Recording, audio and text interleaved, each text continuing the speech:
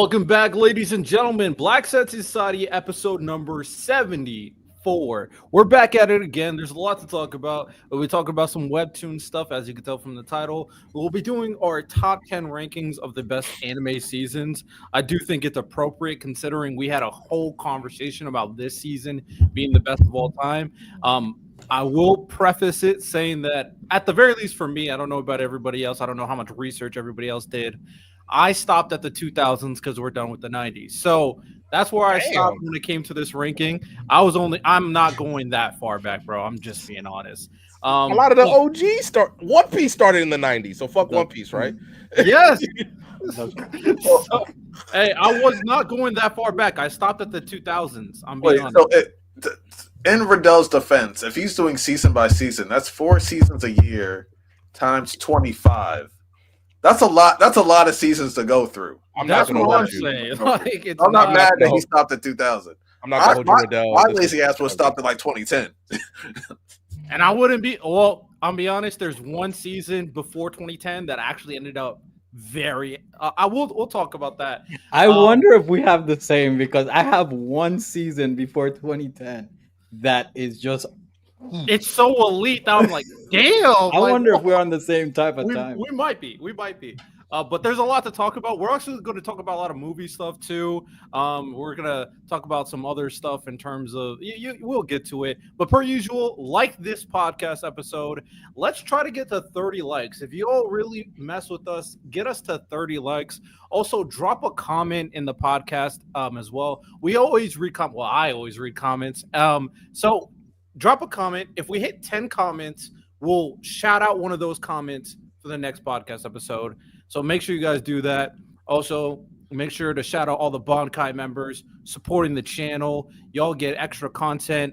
Y'all get to be participating in the Q&A. Make sure you also join the Discord. We have a lot of great conversations in the Discord. We'll be talking about wrestling. We'll be talking about movies. We'll be talking about video games, all that stuff. So make sure you guys join the link tree as well. And also this Thursday, we got something great because, Santo, what do we have this Thursday?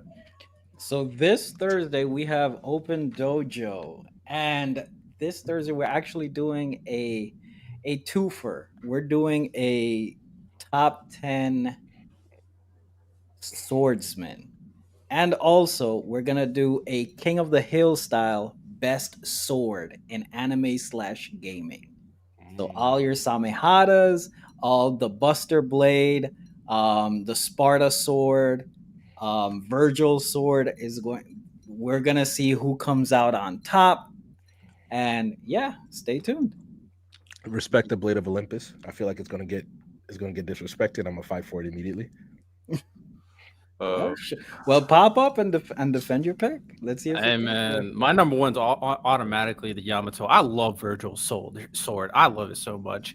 Also, we have another new thing that we're going to start implementing that I do think really exemplifies what we like to do here. Ty, are you here?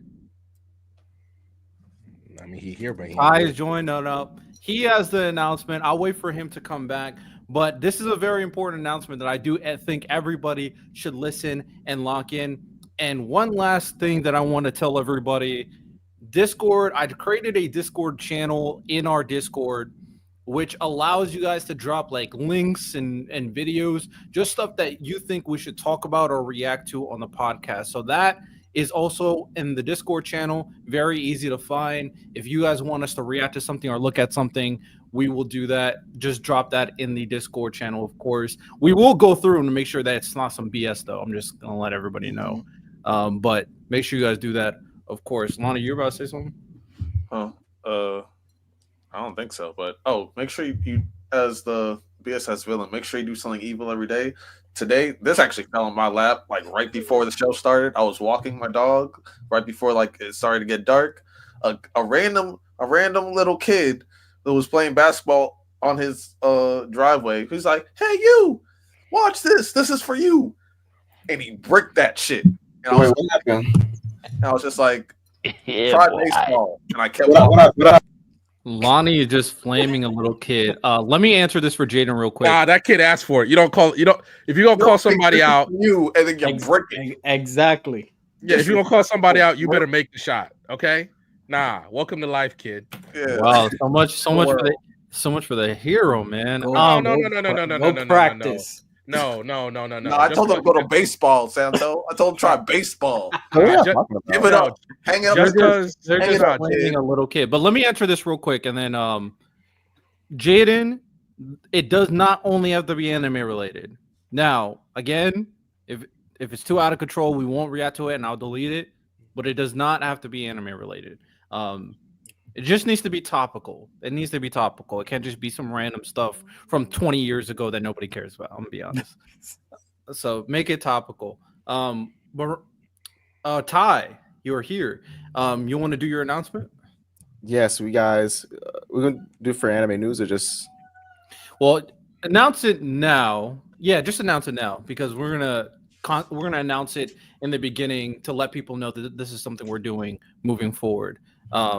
Not the Gotcha. specific promotion, just the general what we're doing. Gotcha. So, guys, major announcement. We have a new. We're starting a new advertising project where we advertise stories, including indie stories.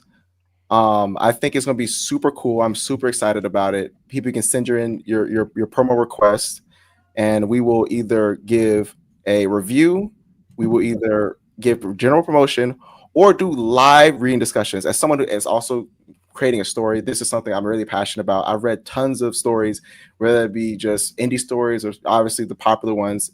So just being able to have those discussions, be able to approach you guys and let people know more about what you're creating, I think is honestly a very passionate project that I'm really happy about.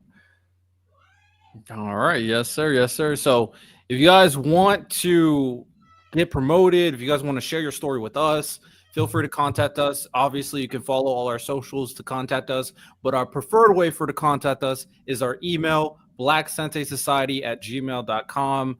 Very easy to find, very easy to contact. It's just our podcast name at gmail.com. And then make sure to contact us that way if you guys want that promotion or you guys want us to check out your story, of course. With that said, all the plugs out of the way, how's everybody feeling? Feeling pretty good. It's a great weekend, great Easter weekend with the family. Had some great family time. WrestleMania happened. The GOAT got his belt back. Thank God. Cade Cunningham, let's go. Take care of those Villanova boys. Nasty. Cade is tough. Cade is cool. WrestleMania was pretty good though. I didn't really celebrate Easter, but WrestleMania, I think a lot of people are crapping on it because of the main event was pretty lackluster. I'll be honest. Travis Scott. First night was fantastic. The main event for the first night was amazing, but Travis Scott, man, bro, get him out of here, bro. Get him out of here, bro. We done with all that. Well, WrestleMania was pretty good. Lonnie, how you feeling? No, I'm good. WrestleMania was lit. I think I blacked out towards the end of the first one, and so I had to watch like the main event in the morning. Second one, Travis. The way that Travis affected second night for me, it made Monday night better than the second night. It did. It made Monday. Monday was better than the second night. Until Mania was elite. I'm not gonna lie though, it was so elite. So, but no, I'm good. My Celtics. We whooping the Magic. So that's that. Patriots. Hopefully you don't mess up this draft. I think we're gonna be doing a live reaction to the draft. Free Malik Neighbors, bro. Shush. Oh. That's why your quarterback got injured. Shush. He trash too. Go ahead, Ty. I hope you guys stick with this. Is just in response to Jaden. He said, I wanted to do a real with Hustle. It's funny enough, the reason I was a little late because I was in an editing meeting for my first chapter, my rebooted version. Got good feedback, and it will be out very, very soon. Very, very soon. Love to see it, man. So are you saying you're gonna do like a live are you gonna do a live read on the channel? Oh, I could. Yeah, I'd be down for that. That'd be fun. Okay. Random, how you feeling? I'm doing all right. WrestleMania for me was still pretty good. little disappointed by the main event, but I wonder if this is part of it because I mean, The Rock sucks, man. Like, are you in or out, bro? Stop making this about you and you're not even here. But I mean, other than that, I mean, the best match of the night was the triple threat, the men's triple threat at night one. But I thought there were some really good. I thought there were some really good matches in the night two. But Raw was cooking because I was late. Everybody else already watched it, and I was like reacting when I was watching it. But yeah, I'm good to go. I'm good to go. It's gonna be a good show. Oh man, I still think WrestleMania was good. I mean, I understand when the last thing that happens tends to leave a sour taste in people's mouth, which tends to happen. But overall, it was good. But Raw after Mania made up for it for sure. So big W's. NXT is going on right now. Nobody's spoiled. I'm sure NXT is cooking too right now because of what happened in Raw after Mania with certain appearances. But overall, pretty good. Ty, how you feeling? I am. Well, I had a good editing meeting, so I'm feeling good. I'm feeling really good. I will say, I also had. We were talking. I don't know if we were talking about it, but Shannon Sharp stuff happened. Nah, might as well talk about it now. We don't have a segment, so might as well bring it up. Yo, just catching a few. Shannon, what are you, bruh? Here's the thing, right? I again, I'm just giving I'm still trying to figure out the context of this. So, one, if you guys don't know, Shannon Sharp. This now serious topic. Serious, bro. We gotta be Sure. serious about this. Serious topic. Shannon Sharp was accused of SA. Now, the thing that happened, so girl accused him of SA, and he basically put out text messages to show that he is innocent, and the text messages were kind of crazy. But here's my thing, right? Whatever you gotta do to clear your name, like do it. You feel me? Like if you gotta say that you was a freaky frog, hey man, it is what it is. Like the freakiest of frogs. Because it's either that or you're a criminal. So I mean, being a freak is not a crime. You feel me? Like it's not a crime. So you gotta do that. No, but that's what it would be though. You feel me? Oh, it's either you're a freak or a criminal. You can pick whichever one you want. I would rather be. The text wasn't really that bad to me, Todd. To the fact that he's pushing 60 sending that, I'm like, that's what's wild. Yeah, he ain't no regular man, let him 60-year-old, live, bro. man. But he living life his own way, man. Yeah, I don't know. Hey, we saw the leak. If Adele was sending that to someone, I'd believe it. But like Shannon, you pushing 60. Hey man, we can't say what the messages say on air. Yo, I thought Steve Smith was gonna be like the only person holding it down. And then Shannon Sharp said, "Hold my beer. I'm about to get paid from ESPN, get this lawsuit, and here's my evidence to say that I'm." And the worst part, and the greatest part is like everybody's like, "Yeah, that's Shannon. Yeah, that's Shannon." That's the craziest part about it, at least to me. Man. Let Unc rock, man. Yo, both we mentioned how Shannon Sharp is a freak, man. He's a freak. Right. You better hope he's a freak because Jesus, the he's alternative cooked is the other crazy. one. It's crazy. Stephen A's cooked, Skip's cooked. Yo, all these sports and analysts getting cooked left, right, and center. That's tough. They gotta lock in, man. I don't even know what to say to that, man. It's just What would shock man. Humans suck for real, bro. You know what would shock me if like Nick Wright was caught up in this. I was like, no, he got too much good going for him to mess up that bad. You would have said the same thing about Shannon Sharp. But like I'm saying, like he has a family and kids. Like Shannon doesn't have that. Yeah, Shannon Sharp has kids. Yeah, Shannon Sharp has kids. Yeah, I had no idea he had kids. He just don't be posting them. See, that's that's they're like adults. It seems like because he's at the very least we know he's not married. It seems like Nick Wright has a happy family, and he always shows his son and his daughter shows up in his podcast. So I'm like, no way he messes it up. Look, I'm not gonna hold you. I understand we all don't like Skip Bayless. I'm like, I was like, Skip, you got time to stop hating on LeBron to do this? That's why I was shocked. I was like, I'm sorry. I just never thought Skip would do something like that. And the crazy part, I think, we'll call it, Ty is right. that we let Skip skate, but we also let Joy Taylor skate. She should be catching a lot more flack for what she was doing. And I'll let her skate through. Oh my god! Pretty No. privilege. Okay. Pretty privilege is for sure. crazy. For I ain't seen nothing, sure. Joy. Taylor I Rooks see a damn thing, clears. Joy. Taylor Rooks clears. I mean, I'm not comparing. That's fine. That has nothing to do with Taylor. That has nothing to do with. Yeah, I'm not nothing to do with comparing that. right Has nothing to do with now. that. And Taylor Apples Rooks and is oranges. doing it. And Taylor Rooks is actually going through the grind, not sleeping her way to the top. That's fine. And then That's fine. Allegedly. You still like yeah, it. it's still allegations. Let's Allegedly, not go allegedly. crazy over But allegations. hey, I'll say this: it's allegedly, but there's a reason you don't see it on Fox Sports no more. All right, let me stop. Because I mean, allegations can. I literally saw her there yesterday. Like, what are you talking about? She's back. She's been back When? Took a for break. weeks. Like She months. took a break. She took a break right when. Well, when you have Whoa. allegations, yeah, I would take a break too. Yeah, Mhm. it was like a 2-3 week break, and then she was back. Yeah. See, She was back this whole time, bro. respect Joy Taylor, but I'm not gonna lie. No. No. Let's relax. We're going in a little bit. I got more to Relax. say. I froze out. I have more to say. Hold on a second. First of all, more came out, and apparently an audio of Shannon Sharp threatening to choke that woman came out. Now that is crazy. I was wild. Oh, he might be cooked. no. So here's the thing, right? So basically, it seemed like basic kind of situationship back and forth, like, oh, she was like, you're manipulating me, yada yada yada. She called manipulator again. He said, if you call me that again, next time I see you, I'm choking the shit out you. I was like, Oh, Sir. no. yeah, and you know what? It doesn't even matter.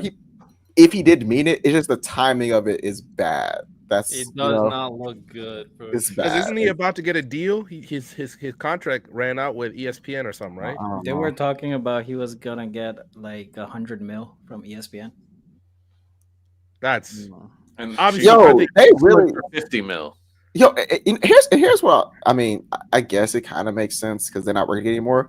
But no one brought up, like, Stephen A. didn't bring up Skip Bayless allegations, like, and they did a pod together afterwards. It's kind of crazy, but I just saw that he just made a comment on Shannon Sharp's video, which makes sense that they're partners, they work together, so you might need to directly address it. That makes sense, but Skip get away with murder, bro. That dude offered to pay $1 million for some cat, bro. That's crazy. That's insane. That's genuinely insane. Hey, man. And he has a wife.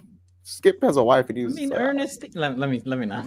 No. Skip, I'm with you. I'm with you, man. I'm staying out because I got some things to say. Console, your silence is loud, and I agree with you. I agree with your silence. I agree. But it's still crazy. It's wild. It's wild. Very crazy. Joy Taylor got away with murder too. She really. Mhm. She Talk threatened about to lie on somebody. She said, if I get. So here's my thing, right? And I don't know if y'all saw the episode first tape, but Cam Newton was like, Cam Newton alluded to, like, how are we gonna be mad at these athletes, but we let these sports writers and journalists get away with this? It's like, we don't hold this the same standard. He was alluding to the people at Fox, and he's right. Because if an athlete got caught doing this, we would never let it skate. Yeah, Skip got off. 100%. Joy got off. Also, Jason Whitlock said he would not be able to control himself around Joy Taylor is also weird. No, Like, that's weird. That's I weird. was like, no, he's like, if I, Wait, I was, I want to be like, clear. I didn't hear about Joy the allegation that she would lie on. Okay, Oh, Yeah, it was yeah, all yeah. the same thing. Yeah. I'm not Yeah. rocking with lying for allegation. I'm not rocking with that. That's too much. that's. I didn't realize that was. I didn't hear the allegation. I don't care about celebrity drama, obviously, so I don't look into this stuff. But that's wild. That's wild. I'll be honest.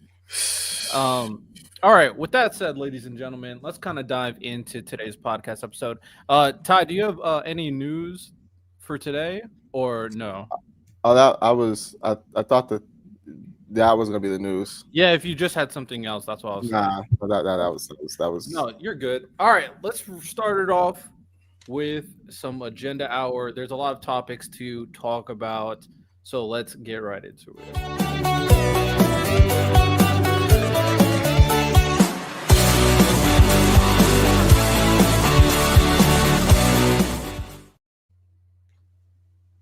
All right, there's a lot of things to talk about today, but I do feel like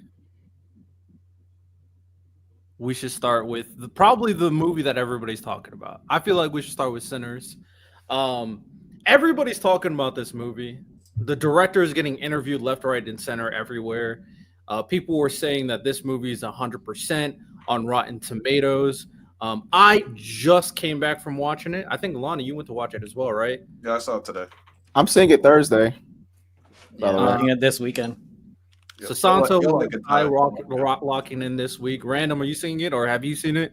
I'm gonna see it Saturday. I'm just gonna go at this point. All right, so I gotta see it. everybody's seeing it. This is the movie of the phenomenon. So should we talk about it next week since everyone's seeing it this week? All right. I'm the spoiler. I won't say anything crazy, but just in case something crazy happens, I'll put the spoiler tab in. General impressions. I've been talking for a while. General impressions, Lonnie. No, I'll remove this. This is spoiler free, and if we want to go into little spoilers, I'll put it back up. But general impressions. Spoiler free. This is probably a top 2 movie Michael B. Jordan has been in. This movie doesn't really have any holes to me, from cinematography to acting, special effects, or I don't know. It was a great film. It was unique. It was very unique. Everything from like the lighting to the outfits to everything was unique, and I like all the different aspects of African culture, Chinese culture, even old Southern culture. There's some things that like I really feel like unless you've gone through the Black struggle, you can't relate to, and they did a great job of symbolizing some of that struggle that we've gone through as a community in a really beautiful way. So yeah, this movie's great. I agree. The movie is great. I'm gonna put this out there right away. I don't think it's 100% personally.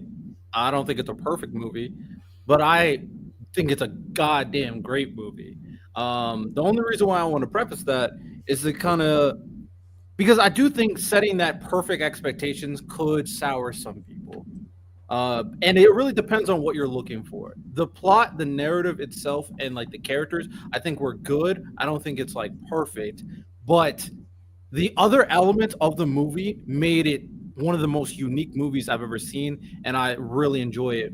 One immediate thought that came to mind while watching this movie: has anybody seen Dust Till Dawn? Mm-hmm. Mm-hmm.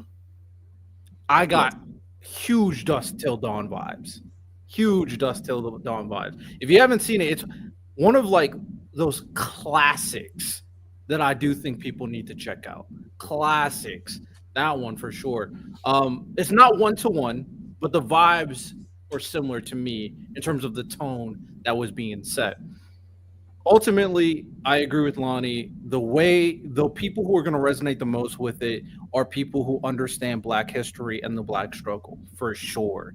And then there's other elements of the movie that I do think resonates a lot with people that are not just Black too, that I do think plays into it as well. The music, I love music in movies. Music was great for both sides of the aisle for the story. And was there, Lonnie? Let me ask you this: was there something that happened after the stuff with the old man? Because I couldn't stay too long. I don't know if there's another one. There's 2 credit scenes. The first one is with the old man. So something else happened afterwards. Yeah, it's nothing like storyline wise. It's literally a guy playing on his guitar and singing. Oh. That's literally it. He's just singing a song, playing on the guitar. It wasn't even a song in the movie. He's just singing a classic song. It could hint to us. I could see this being like a sequel potentially for this movie. I could see that. If they wanted to, they could maybe spin. They would have to like not retcon some stuff. They would have to spin some stuff and whatever, or just make up a new. Doesn't need a sequel, but yeah, for sure. Doesn't need one.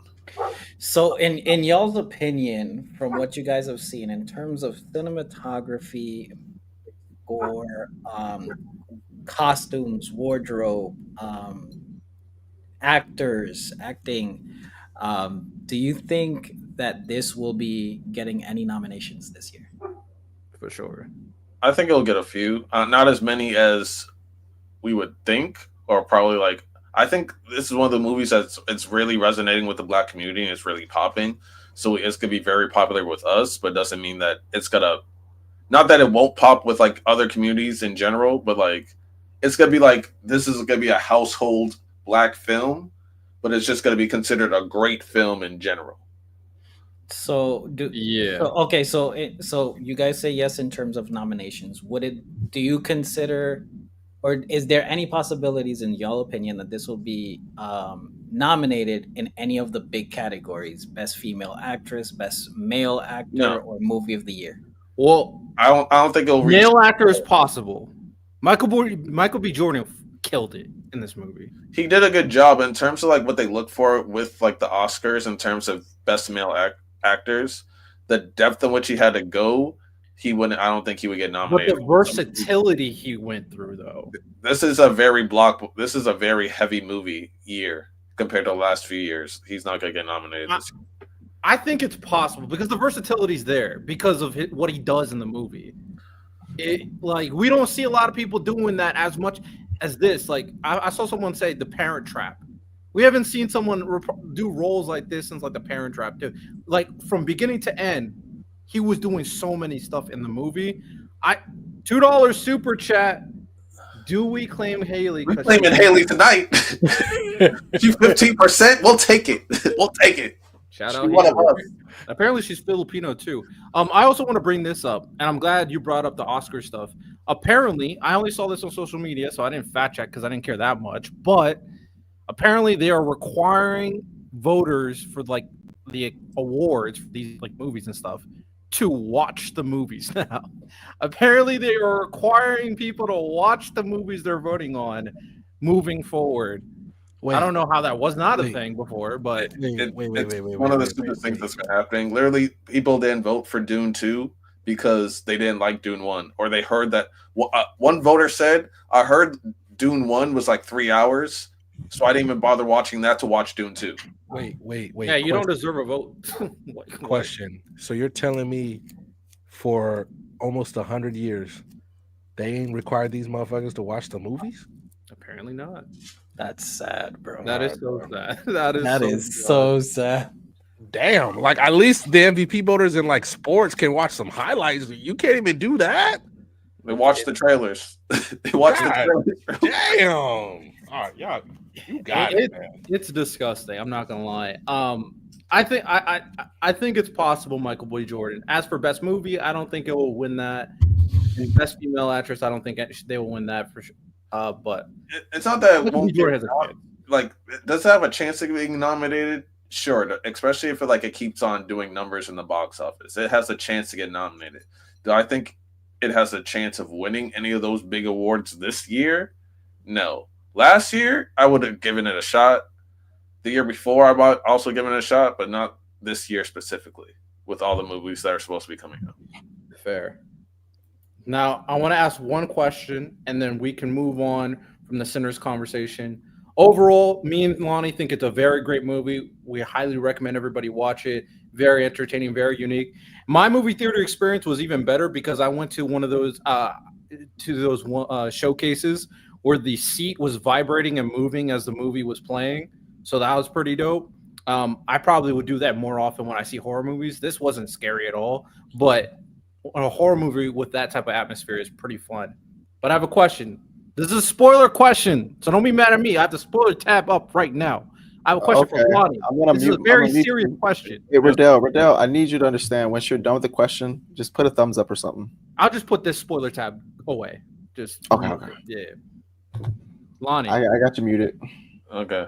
in the scene where they were right at that doorway, and Stax was a vampire, and he was looking at Smoke, and he was like, "Man, those dudes, they're gonna come here and kill all of us. Those white dudes, they were lying to us the entire time. He's a grandmaster of the KKK.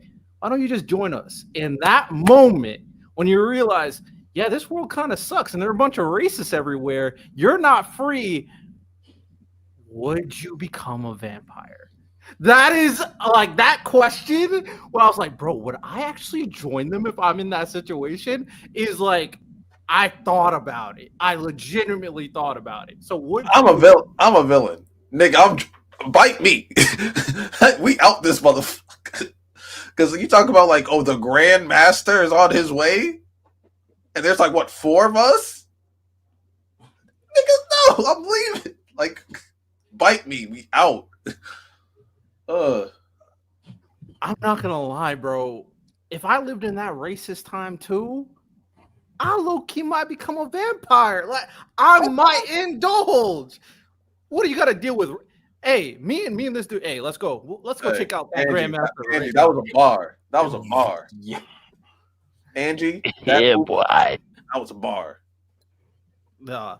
It's a legitimate question, especially in that time, man. If you're black, I'm not mad if you choose the vampire life. I'm not mad at you at all. Because, hey, that ain't it.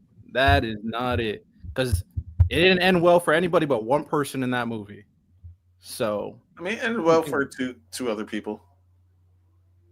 I mean, if that's your lifestyle, I guess, sure. I mean, if that's you want to live for eternity, sure. You know. Oh, and one more thing before we go.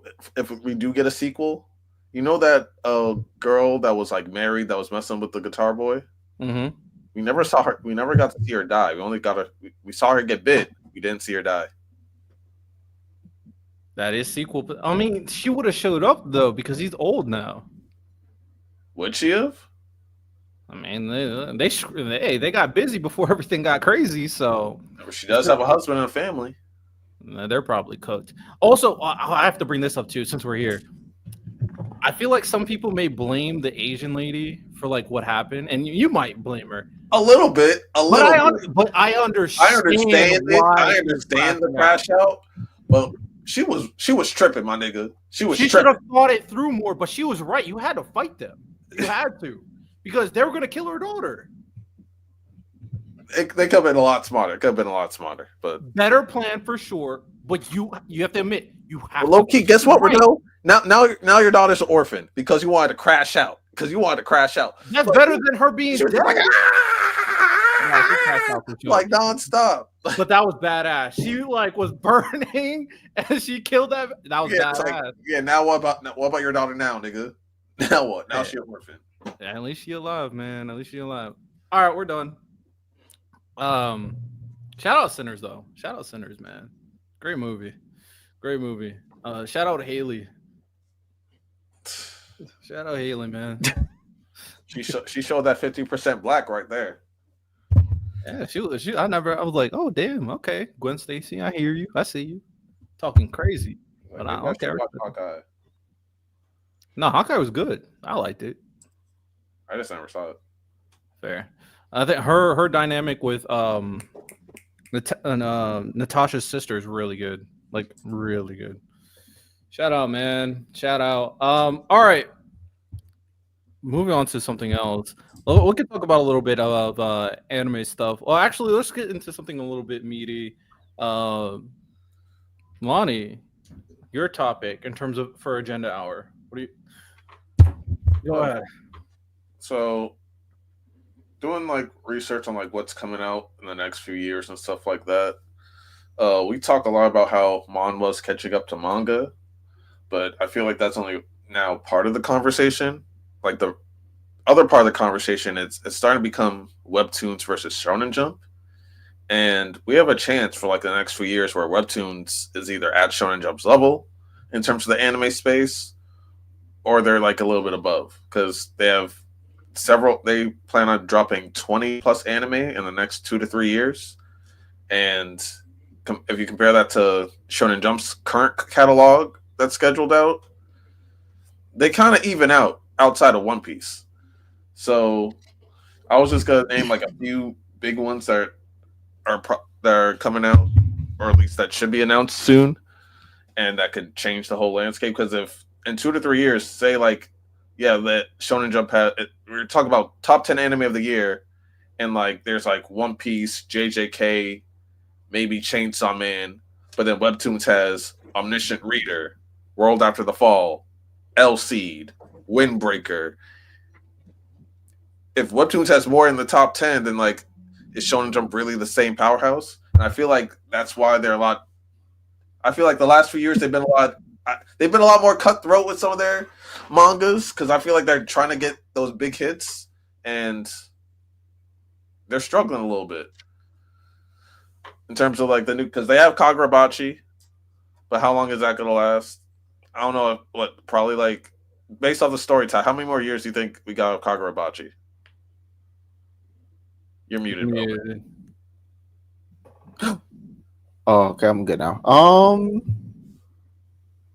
Man, the Kagurabachi has like 80, almost 80 chapters, or right at 80.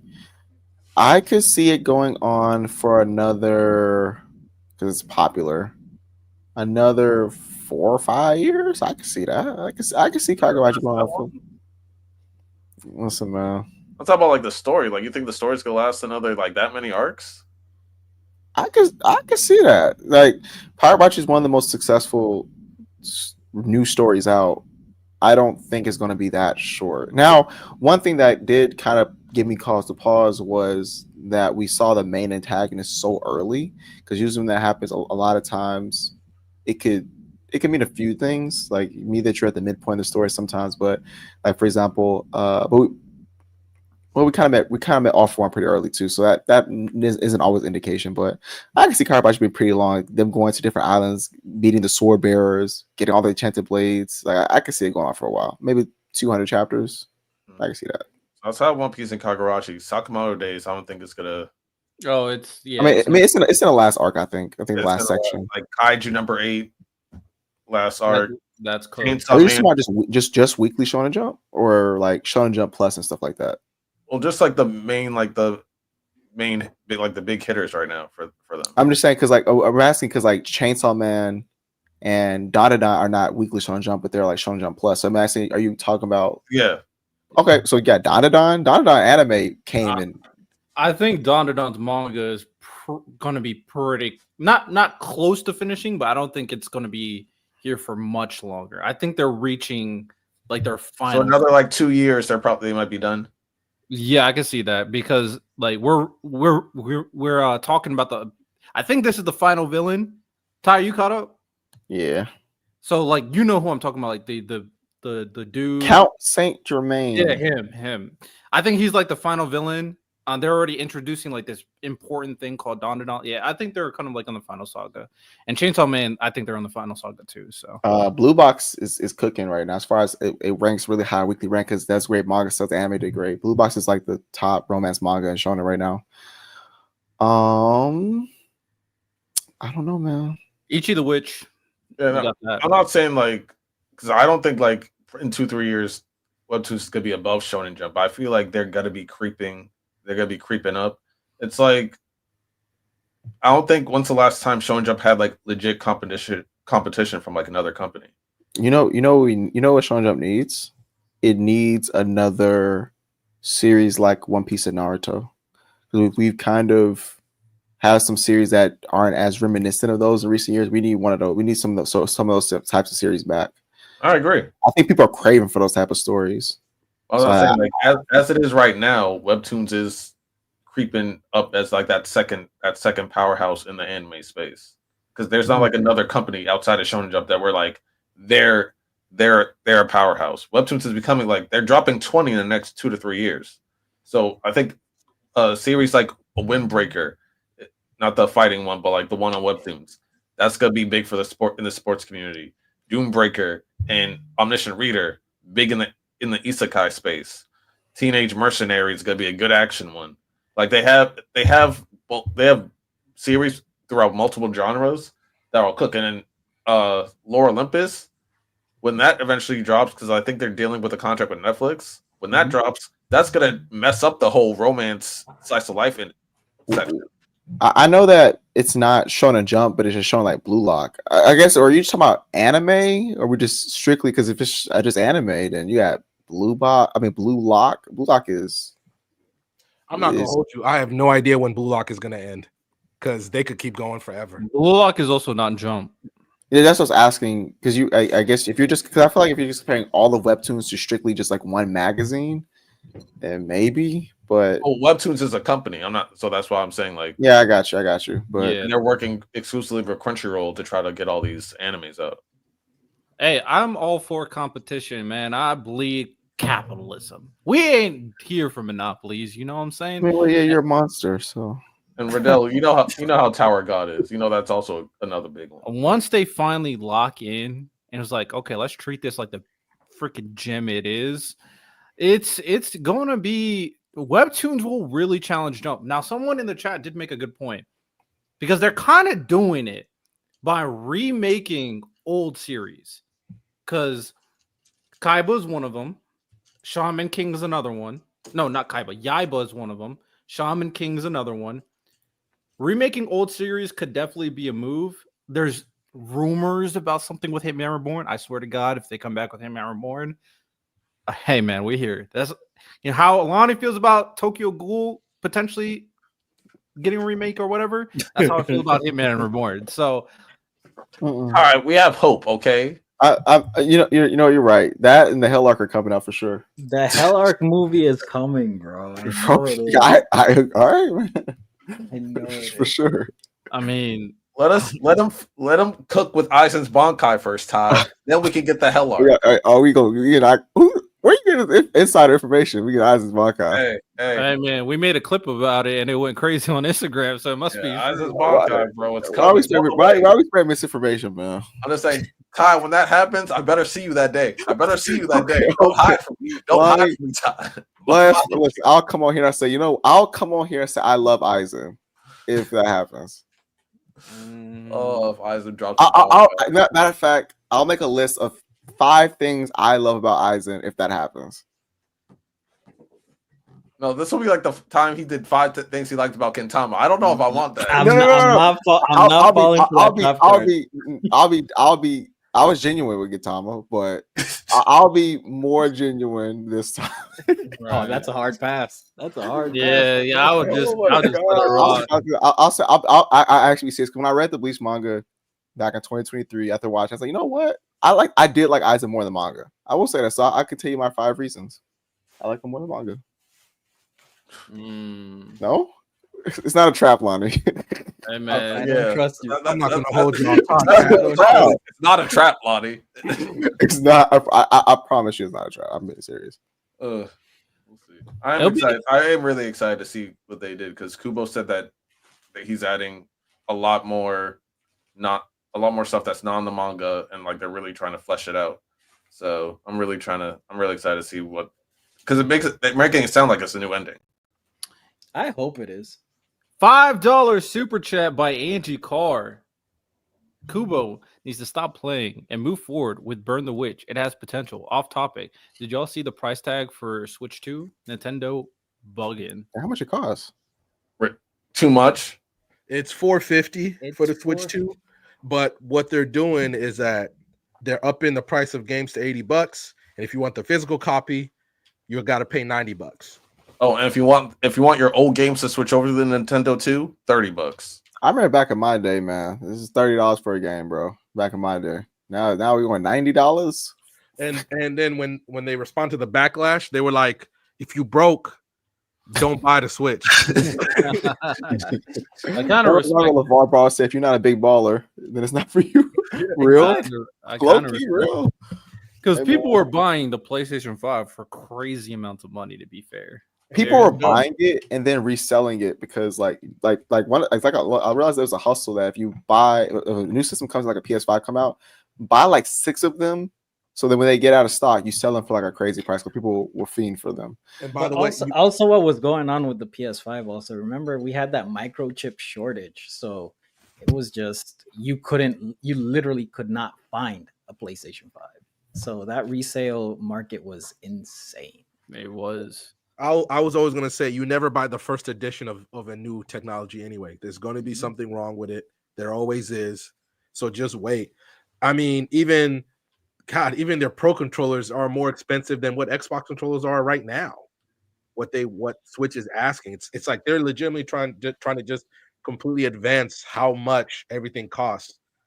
And Like Miles said this before, and this is where he blamed Demon Slayer for fan expectations. I'm blaming Grand Theft Auto 6 for this, because they can get away with it being $100 because they're going to give you the content that matters.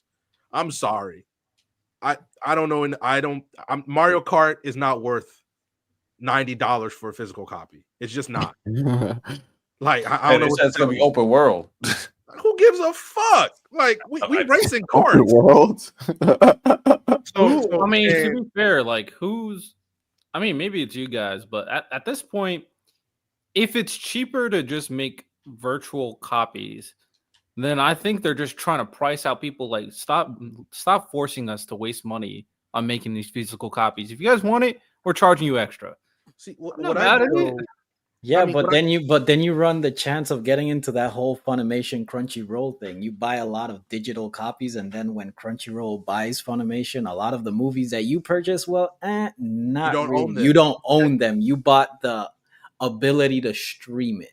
And also, the internal storage space is terrible on the Nintendo Switch too. So that also, so if you can download a bunch of games, but you can't have them all installed. Unlike having a physical copy where like you can switch it out. Oh yeah, it's definitely greedy. But if I'm a company, I'm definitely doing it. I'm not gonna lie, for sure. If I don't want to make physical copies anymore, and for the situation Santo brought up, I'm like, I don't care. Yeah. Hey, tough. So realistically, Nintendo. Hey, sometimes you gotta get in the mind of these CEOs. They don't care about you. No, they definitely don't. Yeah, realistically, Jaden, you can wait. I promise you can wait. But realistically, they're relying a lot on nostalgia, because that's what Nintendo is. It's the nostalgia, the family friendly thing, and the fact that I really wish I'm not gonna say I went off. I should have chastised you and Lonnie, you and Miles more for buying Switch 2 just to get Dust Bloods. It's not worth it. It's really not. You want Bloodborne 2 that bad that you're going to go buy a whole... Yes, I want Bloodborne 2 that bad. Yes, I want Bloodborne 2 that bad. Lonnie, so you're going to spend damn near $600 to play Temu Bloodborne 2. Yes. Stop it. It's not that. Stop it. I mean, I'm also going to get Mario Kart with that open world. Hey, Lonnie, you know what it is, Lonnie? They don't support your hobbies the way I do. You're going to play it for a month max. If not, well, guess what? Marvel Rivals will come out with a fire new character. Telling me, drop in the telling Switch me 2. I can't be like, yo, Taylor, invite your friends, and then I have a bunch of beautiful drunk ladies playing Mario Kart in my house. How many times that gonna happen? How many times that gonna happen, Lonnie? She. Lonnie, I support your hobbies. Thank you. Hey, W support right there. Shout out Nintendo for saying, hey man, y'all gonna buy it anyway, so we're gonna raise the price. So hey man, shout out to video games. Speak for myself, but I ain't y'all. I mean, I'm not buying it, so that's not me either. But shout out y'all. I'm good with my Xbox Series S. Solid $200. Kick so much ass. That's all this has told me is Game Pass is amazing. By the way, Oblivion Remastered, free on Game Pass. Woo! This just came out of nowhere. Hey, hush. $2 super chat from our boy Sasavelli. The physical copy is a digital key. So you don't even get a physical copy. That's hilarious. Shout out.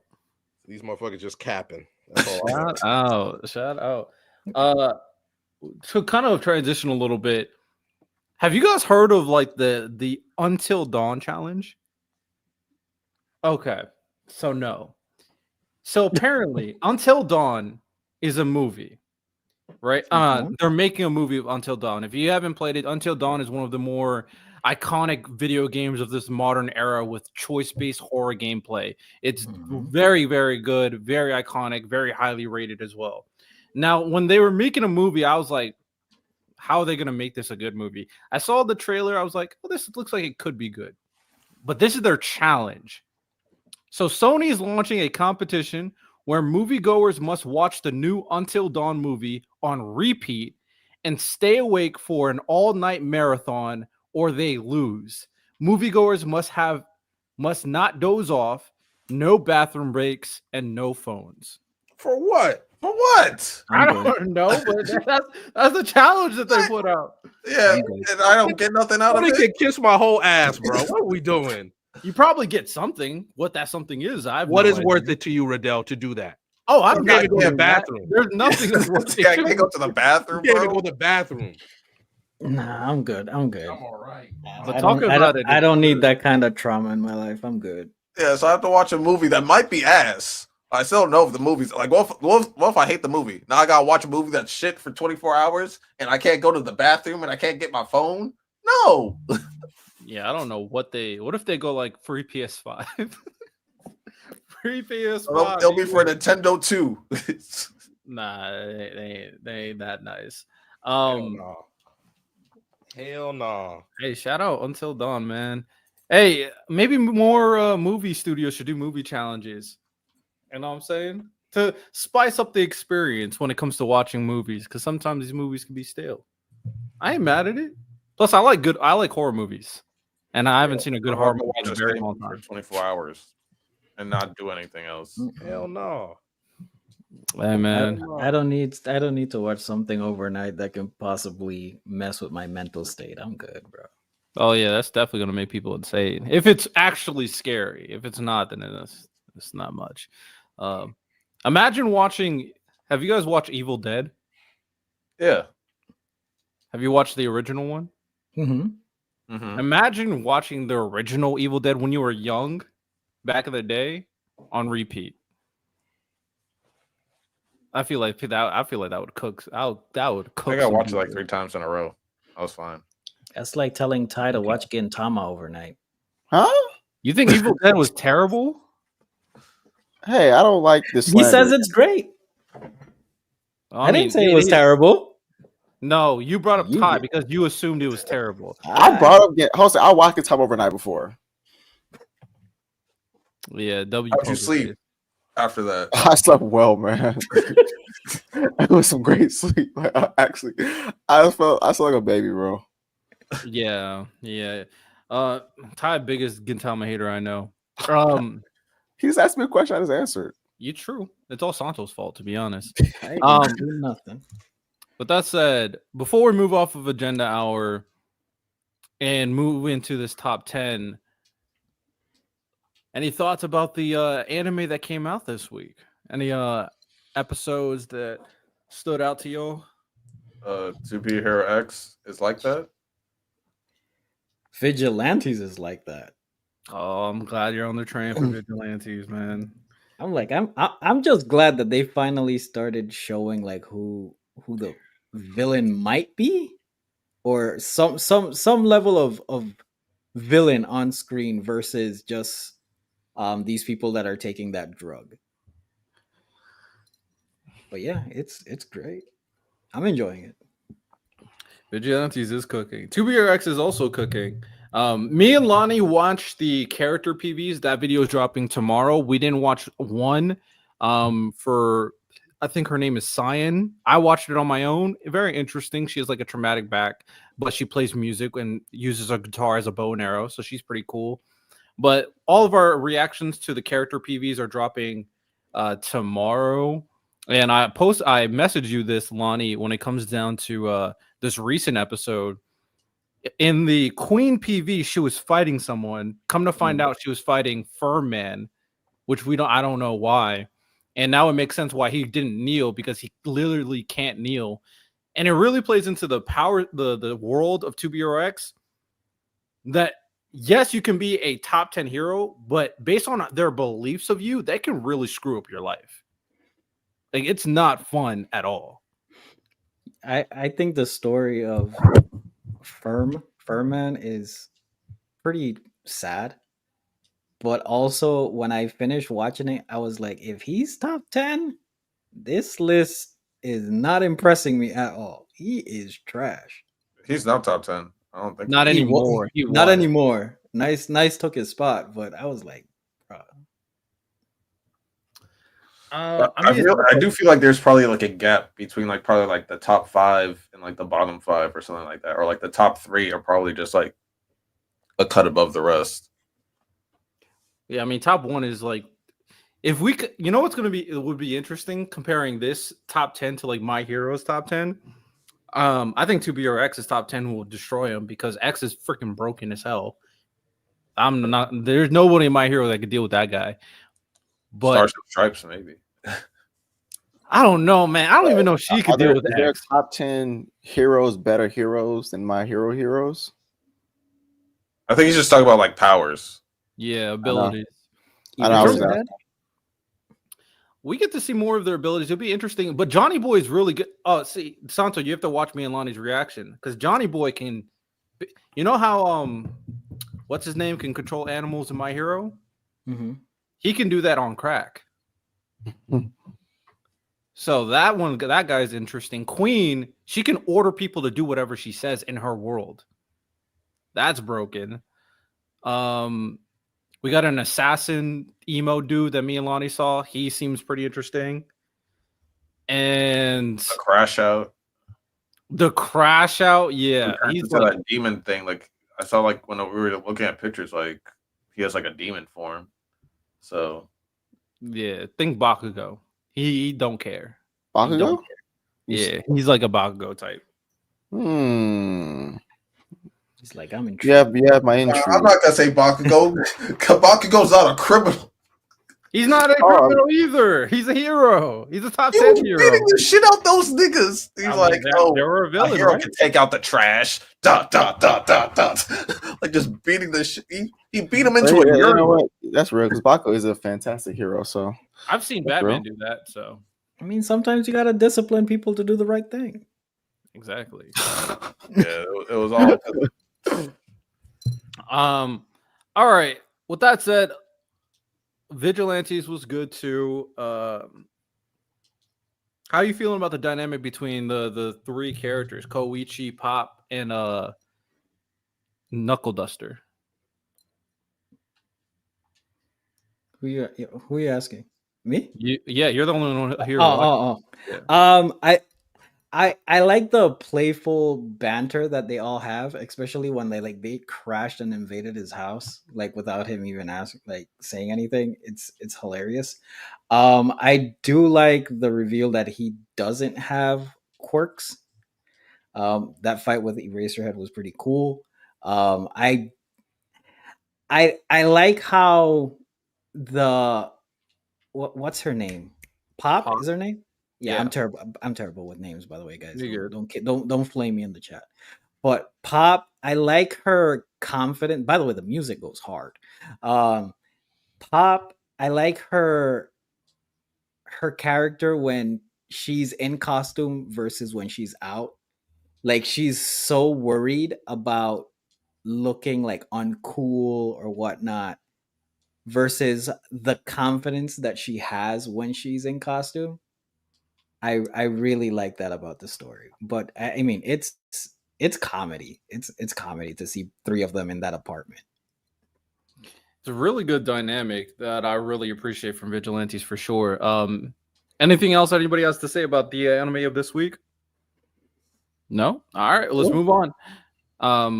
Top 10 anime of top 10 seasons of anime.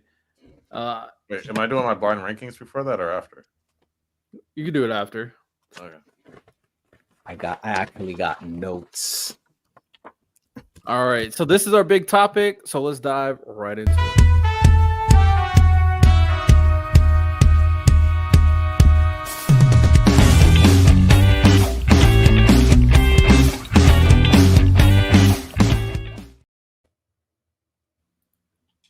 Before we get into that, Angie sent a $2 super chat. How long does the Invincible cast last in MHA? Huh. I don't know. Do you think Mark is stronger than All Might in terms of like strength? Yes. Mark is putting his fist through All Might's chest. Round one. Like... Mark is having he's mildly annoyed by damn near everybody in that universe. Yeah, I'm trying to think. I don't think.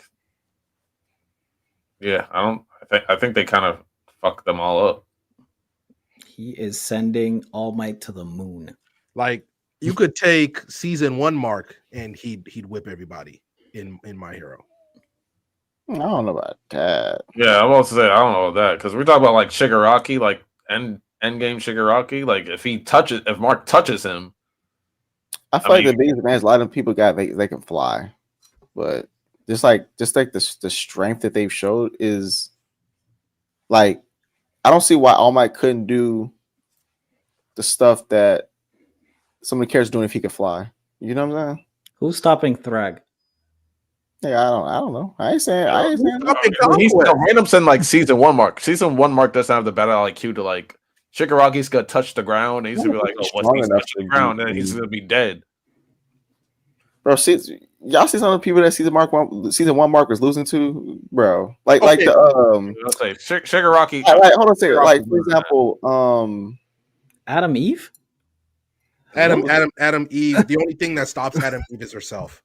Like let's think about it, y'all. Like people like Titan could probably give Mark a run for his money. I know Mark probably stronger in season 1, but he was season 1 Mark loses to Stars and Stripes. He does. Like bro, season 1 Mark loses to a lot of people, bro. Because like, bro, Titan was giving Mark a little bit of trouble, bro. Why All Might obliterates him, bro? Come on, man.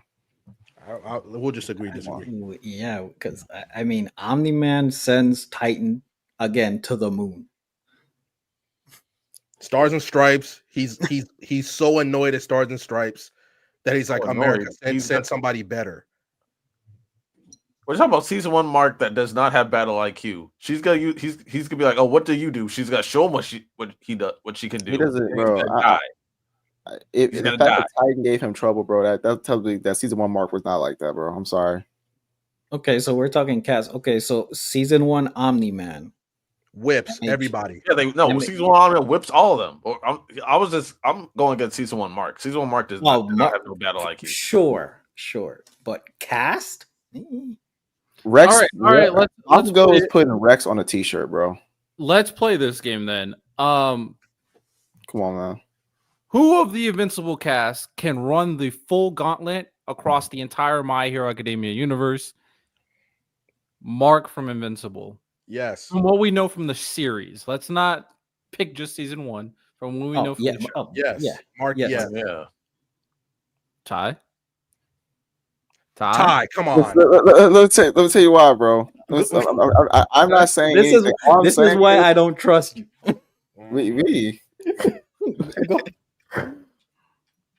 So like the top tiers of My Hero are strong and fast as hell. That's like the All for One, Bakugo, Endeavor, All Might, Shigaraki. Stop. That's hate, random. That's hate. Bakugo's objectively one of the most. Wait, did you? Is not. Wait, Bakugo's not one of the fastest strongest characters in My Hero. Sorry. No. Wait, hold on a second. Random. I said, is Bakugo not a top tier? He's top tier, but he's not fucking with Mark. What are we doing? Did I say that? He's not fucking with Mark. I actually didn't say that, did I? He really didn't. Y'all see Random the Bakugo, hey, you gotta listen to what words I'm saying. We're saying him run the gauntlet, not a one-on-one fight. So that means he's taking on the verse, right? He murks Bakugo and finds somebody else real quick. That's what happens. I've seen some of the people that Mark's had trouble with, even up to season 3, like niggas like Ashram Lee, bro. No, I actually don't think. I don't think he can run the gauntlet. Given the niggas he's lost to, I'm trying to figure out why can't My Hero characters beat these niggas' ass?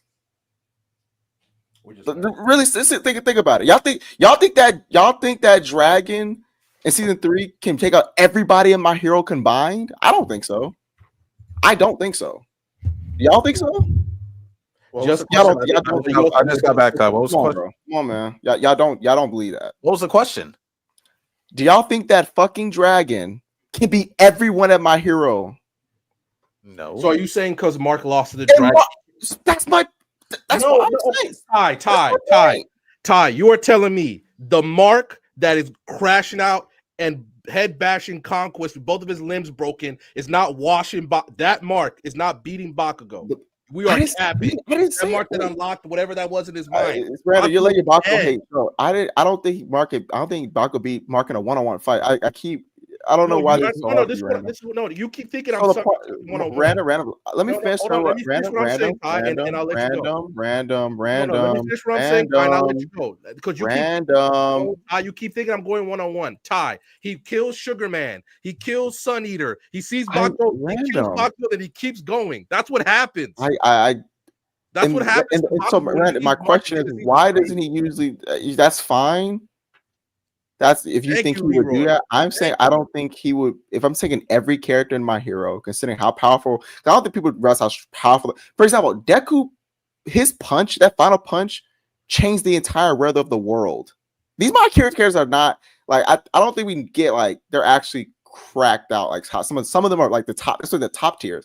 How fast Bakugo is at the end of the series. How fast the off one users are at the end of the series. I just don't think so. I don't think Mark can beat all of them. No, I don't.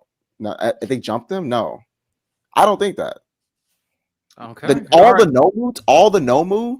Like I don't know if Mark can do that. Especially if this nigga lost to that dragon, bro. I'm not. That loss was pretty bad. I'm not gonna lie, but he also helped beat Conquest.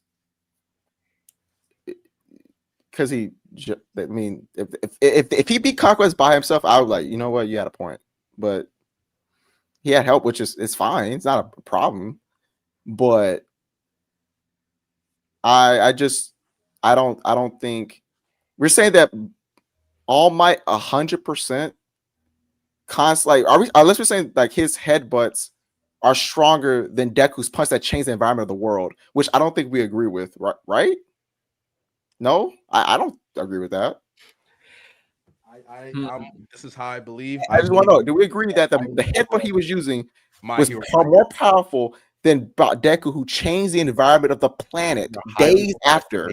My Hero. We think that. So what I'm saying is this, and this is how I'll answer your question. You pick the top 5 from MHA, and you pick the top 5 from Invincible. I think MHA is washed. That's fine. But that's not the because we're focusing a lot on Mark.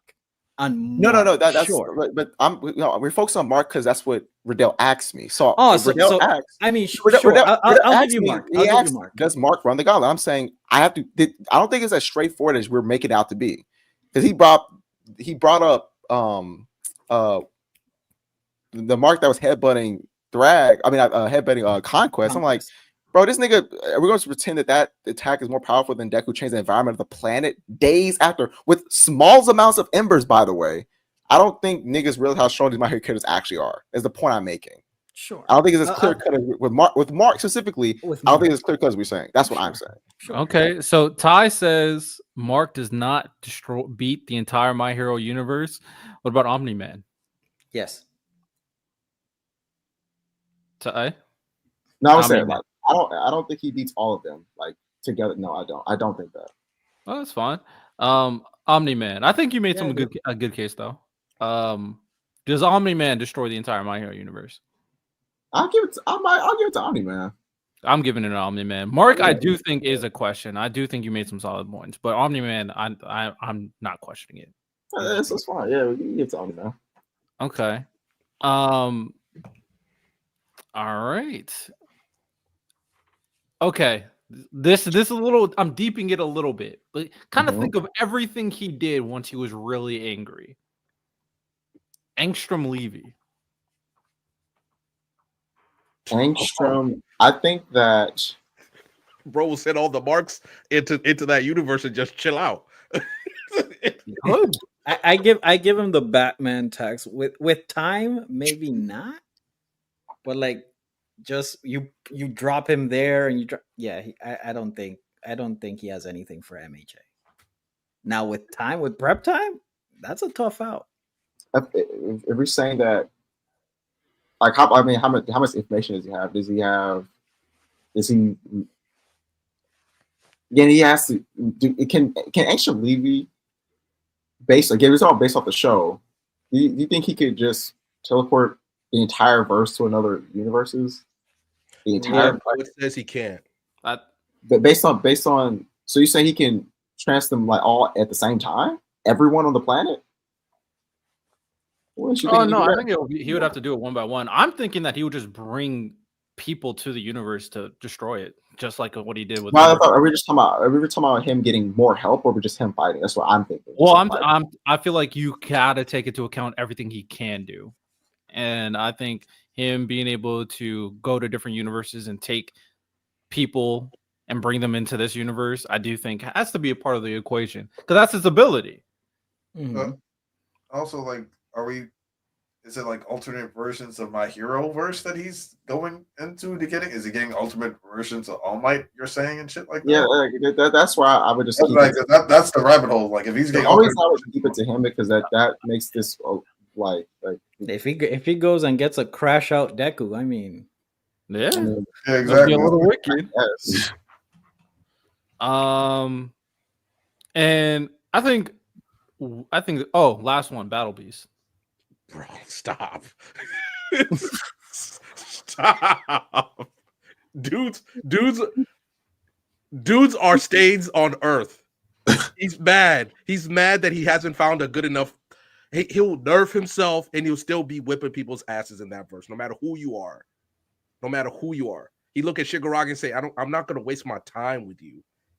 How does he kill Shigaraki though? Bro, I would say that's my thing. Like, because I'm with you for the most part, but like we're talking about Battle Beast. Battle Beast doesn't have hacks. How does he kill Shigaraki? The hacks Omni-Man doesn't either, and you said he beat him, right?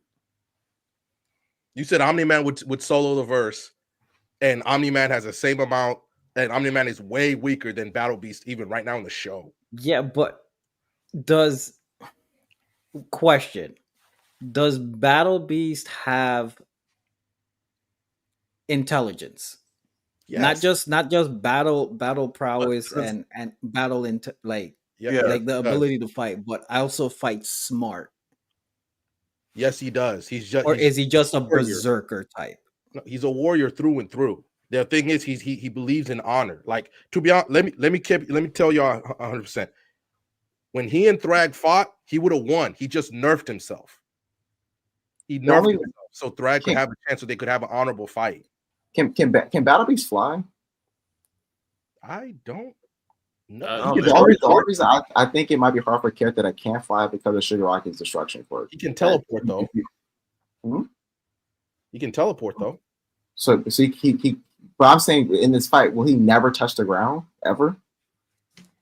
Because my thing is, if we're assuming that all these characters are trying to kill, then I don't see why Shigaraki can't just destroy and then it just be an ongoing thing. The reason that's what one of the biggest reason why I think Horikoshi, well, not I don't think I know. Horikoshi gave Deku the ability to float because if he couldn't float, he would have lost. Like he just get disintegrated. So giving him that ability so he can fly. Same with Bakugo. The characters that are fighting up close, they can fly. So that Shigaraki doesn't just win. Shigaraki can also regenerate. Like I don't. Correct me if I'm wrong, but like I don't think Battle Beast can destroy. Can Battle Beast destroy a planet? Have we seen him destroy a planet? If Thrag, he hasn't, but if Thrag can do it, Battle Beast can do it. Well, the thing is, like, Thrag can fly and go at like Mach speeds and stuff like that with his flight to like destroy things. And Battle Beast can match Thrag step for step. But he can't. That's not the same. Is he as strong as Thrag? Yes, but does he have can he execute his powers the same way Thrag can? I'm literally on the Invincible Wiki, and it says Battle Beast has demonstrated the speed and reflexes to keep up with a Viltrumite in combat and surpass most superhumans on the planet. I know. In combat, not combat and destruct. Like you can fight somebody, yes, but like destroying a planet is different. Like Naruto and like Luffy can fight someone that can destroy a planet or destroy a continent. Doesn't mean that he has like the ability himself to destroy a continent or a planet. I will say this, and I'll say it for the second time, the only time after this. If Thrag can do it, Battle Beast can do it too. I respect it. 10 toes. Shout out the super chat. That made a very interesting conversation. Invincible for the My Hero universe. I mean, My Hero, when it comes to the really top tiers, it will definitely get wicked, and I definitely see the argument with people who could fly and go at supersonic, no, not supersonic, beyond supersonic speeds. Then yeah, those people, My Hero can't deal with at all. So I see the argument. All right, with that said, let's dive right into this top 10. Now, I was going to do a little quiz game, going like, okay, and I might start doing this for podcast episodes going forward. And I might go like, okay, what are the top 10 most voted for the whatever category that I'm talking about, and see if you guys can guess it. Maybe even making a little competition to put some points up for Team Hero versus Team Villain. But for this one, I think I'm not, because I don't know how much people really got in depth with all these seasons. So I'm not going here, but for the future, when the next survey we do, put your answers in that survey for the Discord, and then these senseis, as long as they don't cheat and go in the Discord channel, we'll have to kind of guess which are the top answers to see if they really know ball. So that's something for the future. Well, let's dive right into this list for top 10 seasons of anime of all time. How much who did their research here, man? I got 4 pages. I know these things like the back of my hand, man. WCAP. What Ty said, but I'm I capping. can really tell you my favorite season of all these series, but you know what I'm saying. WCAP. But all right. Hey man, we'll get into it. Don't worry, me and Santo will carry everybody. It's all good. Gary, please. Have to. But all right, so this is what we're gonna go. We'll start off with Santo. I'll go next, and then fortunately for everybody here, at the very least, I have like a lot of the anime attached to these seasons, so that can kind of help you guys because y'all not locked in. All right. With that said, the number 1 anime season of all time, Santo. Let's see if we are on the same page here. Fall 2006. We are exactly on the same page. Fall 2006 Fall is number 1. 2006 has Death Note, Code Geass, D. Greyman, Hitman Reborn, Kenichi, Black Lagoon Season 2, and for me, one of my personal favorites, Bartender. Shout out to Bartender, man. Fantastic anime. Shout out. I'm glad we're so locked in here because it is my number 1. And I looked at that season and It's bro, crazy. I'm like, bro, there's not a season that competes. I mean, maybe number 2, but Fall 2006 is stat. And I want to preface this. I don't know about you, Santo, but I do not include continuing anime. I didn't either. Yeah, I only put anime that have their season start at that season. Yeah. But yeah, Code Geass, one of the greatest anime of all time. Death Note, one of the greatest anime of all time. Hitman, Kenichi, D-Gram are hit gems, absolute gems. And I feel like they all started very strong too. So people were cooking right off rip. But Fall 2006 was also my number 1. So I'm glad we're on the same page there. It is fantastic. But that said, my number 2 is Spring 2025, this season right now. After really looking at all of it, I do think Spring 2025 is the only season that can compete with Fall 2006.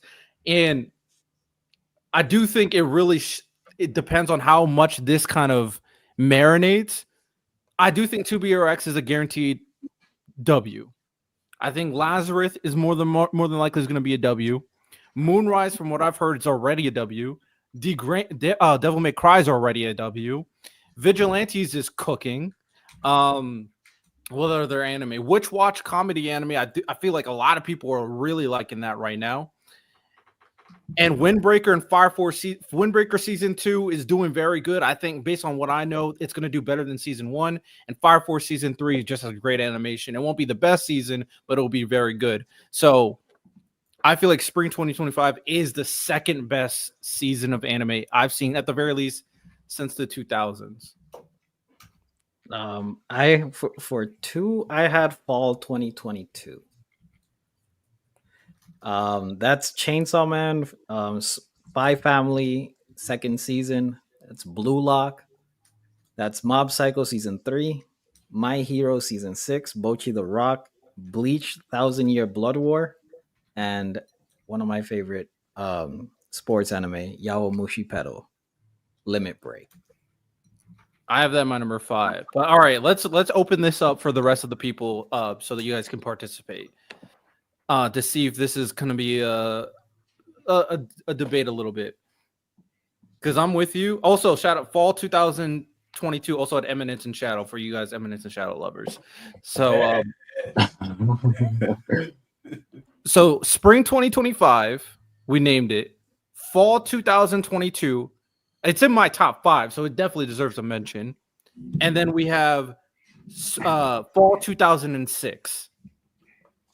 What are we thinking is better? For the number 1 spot? Yeah, let's talk about the number 1 spot. I would talk about fall 2006 number 1, but we can talk about it. Let's talk about it. It's gonna be hard to move that. Well, because Kenichi is tough. Kenichi is one of my. I remember growing up watching that on a random website. I was like, "Yo, this is actually kind of fire." What's fall 2011? Okay, fall 2011 is my number 9th spot, so it's actually not that high, but its top is really good. Hunter x Hunter, 2011, Fate Zero, Future Diaries are like the notable ones from that one. Not enough. Yeah, it just doesn't have the meat after the top 3. No, I'd say 2006 then is number 1.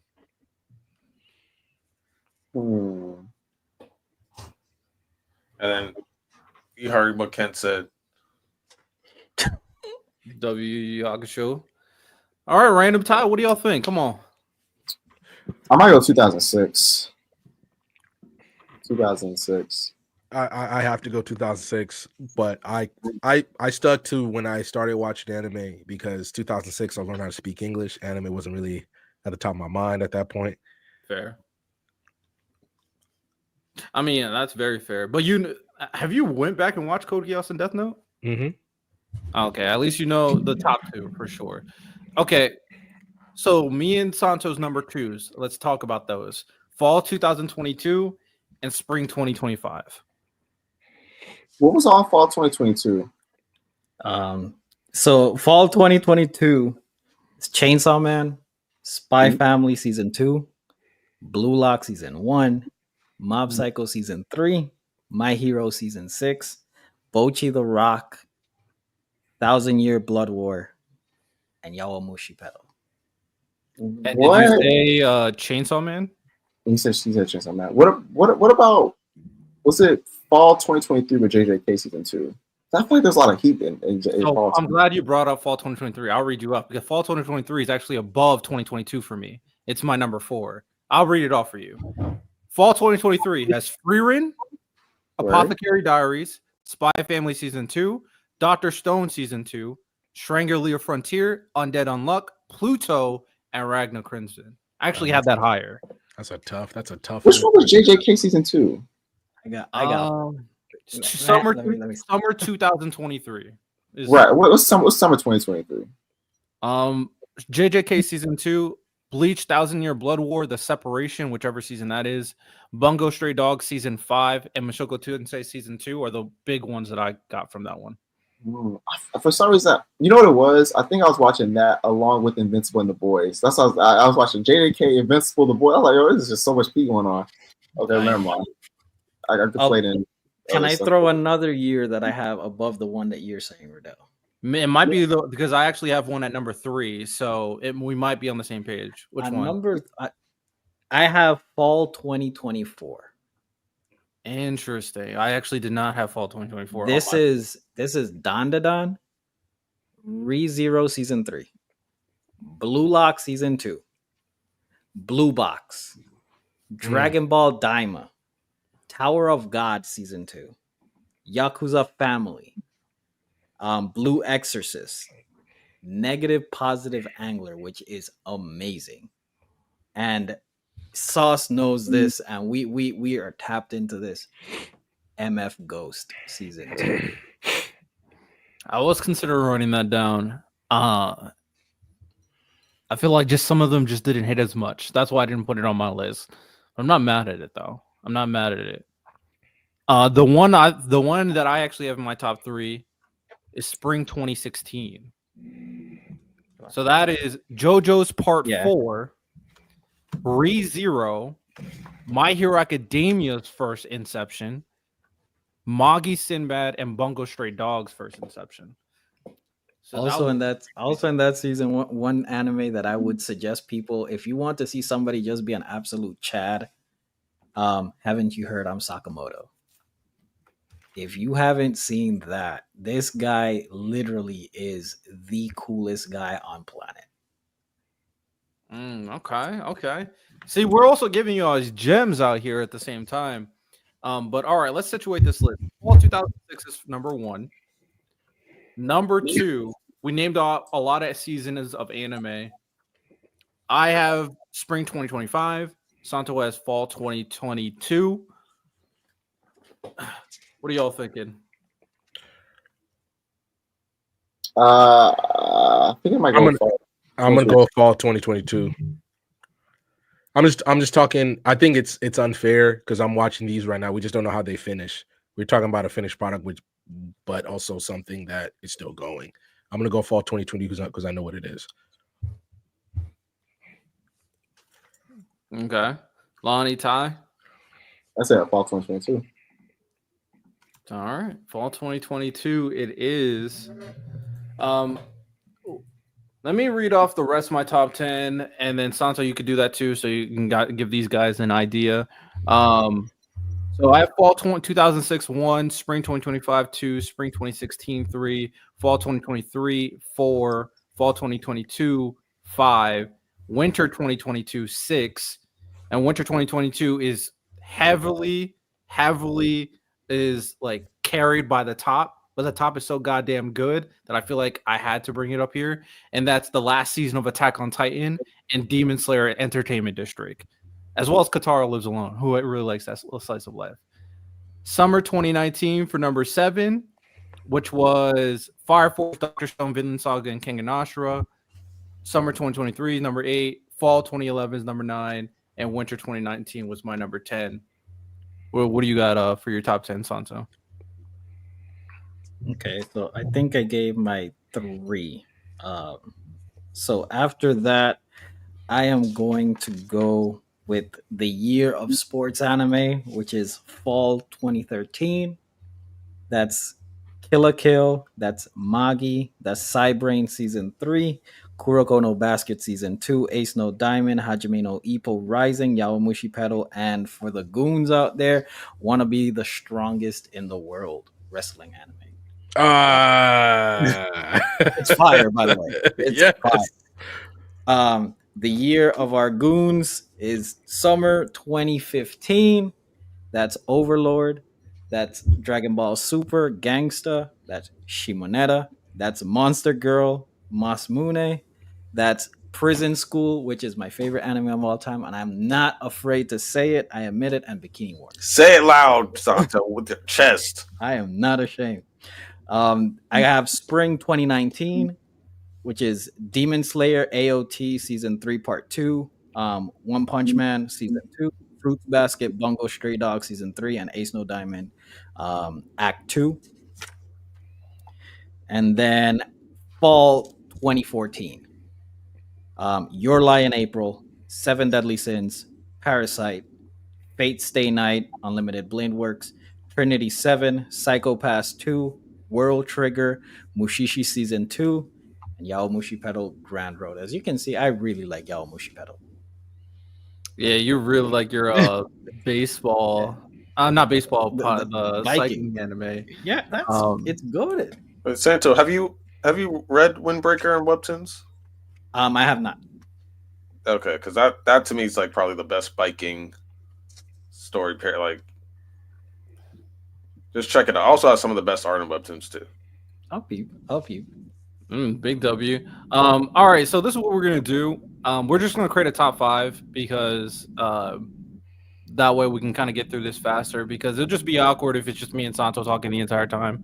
So we'll create a top 5 for this. No, What? I got mine. God dang. You did that. I asked. I told you. My bad. Because I only went up to 2010 because that's where I was at. But you guys have a lot of the ones that I said. But mine. I'm just gonna say the 3 because the rest of them you guys had. I'm only gonna say the 3 that I had. Okay.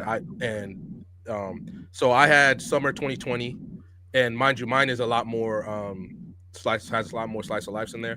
And so summer 2020, ReZero season 2.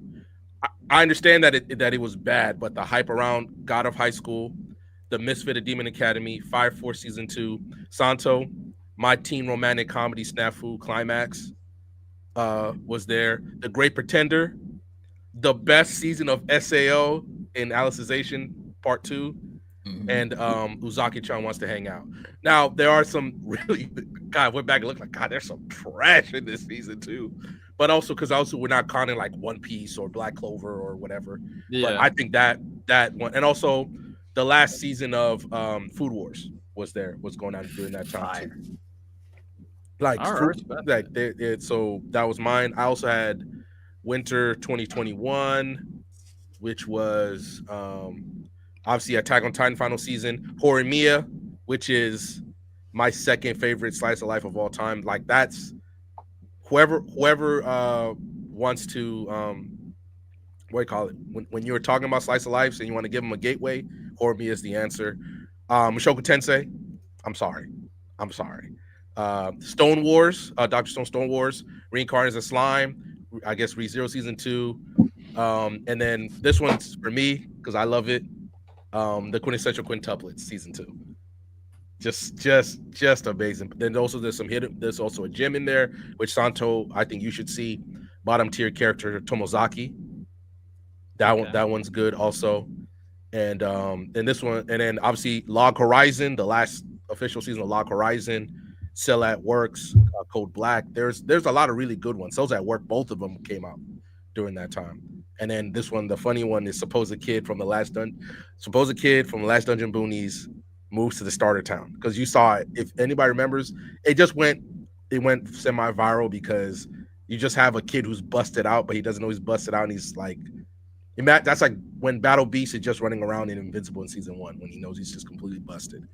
And then my last one was Winter 2019, which was Promised Neverland, Love and War, The Rising of the Shield Hero. It is not. Let it go. I'm sorry. Season 1 of Shield Hero was fire. Every time someone says Love and War is mid, I just get mad. Stop. All right. Dororo, Mob Psycho season 2, Kakegurui, Lani. For like, I've never wanted to see a girl gamble more than watching that show. Shout out to that show was kind of weird, man. That show was lit. I don't know what you talking about. It was weird as hell, but it was lit. I was pressing next episode after every episode. I just got to know what happens. And those are my 3. The rest you got. The rest we've all said. All right, we can come up with a good top 5 then. Also, Sauce, you said check out Summer 98. Summer 98 was trash. I think you meant spring. I think he meant spring 98. God damn. Hold on, relax. I think it was funny. I'm laughing. Well, Sauce, you said spring/summer. I think you meant spring 98 because spring 98 was the season before, and spring 98 is probably the one that you were like, oh yeah, that one's stacked, because spring 98 had Cowboy Bebop, Trigun, and Yu-Gi-Oh. So, because summer to 98 had nothing, that's why I was like, oh. And then they also had an Initial D if people cared about that one.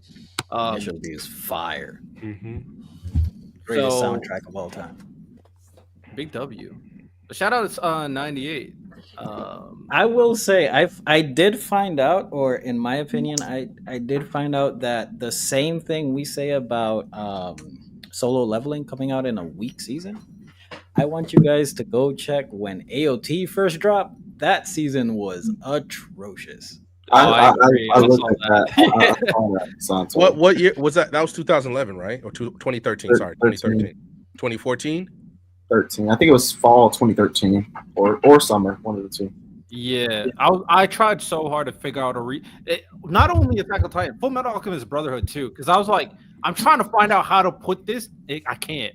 After FMA, after AOT, it's just mid, bro. It's not a strong season at all. All right, let's figure out this top 5 though, because I feel like a lot of people will find so much interest in like, oh, these are the top 5. So fall 2006 consensus number 1. Mm-hmm. Easy. Fall 2022 is democratically the number 2. Number 3. I get your logic. You want to wait, but I don't like. I feel like I don't have to wait. I'm gonna be honest. I feel like 2025 is already that good, bro. Because I think To Be Hero X is gonna be like that. Moonrise, I feel like is fantastic. Like Full Metal Alchemist meets animators from Attack on Titan. Perfect. Lazarus has that Cowboy Bebop feel to it. And I feel like it's gonna pick up. I think it's gonna have like a little bit of like a little boring patch, but I feel like it's gonna definitely pick up. Fire Force, random. You rave about Fire Force more than anyone on here. Fire Force, this 3rd season, the next episode, the episode's coming out this week. It's gonna be cooking. Mm-hmm. And all I think in summer 2020, I put it's one big part of that for me is Fire Force is in that. But I know my picks are different because I got a lot of slice of life in there. And it's not just about the heavy hitters this season. It's like the depth. It's like I think Saul said it. Like there's like 11 that he's watching this season. There's a good like 15 to 20 solid animes in this one season that are like all solid watches. And I feel like it's more of the depth than like it is like the top heaviness because like it's just a really really deep season. And the top heaviness could be like all-time classics with 2BRX could be one of the greatest anime of all time, and then everything's said and done. And it started this season. As for the only other one is like Devil May Cry, a lot of people love. Moonrise, a lot of people love. Vigilantes could be one of the better Shonen Jump series that's ever come out, which watches a top tier comedy. I think people really like. And you throw in Super Cube, Your Forma, the Demon Slayer sword one, the Bumpkin one, which is doing pretty well with people too. That one's I think the animation that they put into that to showcase how the main character, why he's so strong and how he moves in terms of sword fights, like that's where like I can understand why like Lottie would watch that show and get pissed and then go watch T-Bait and be like, what the fuck? Because they put so much effort into showing you why as a swordsman.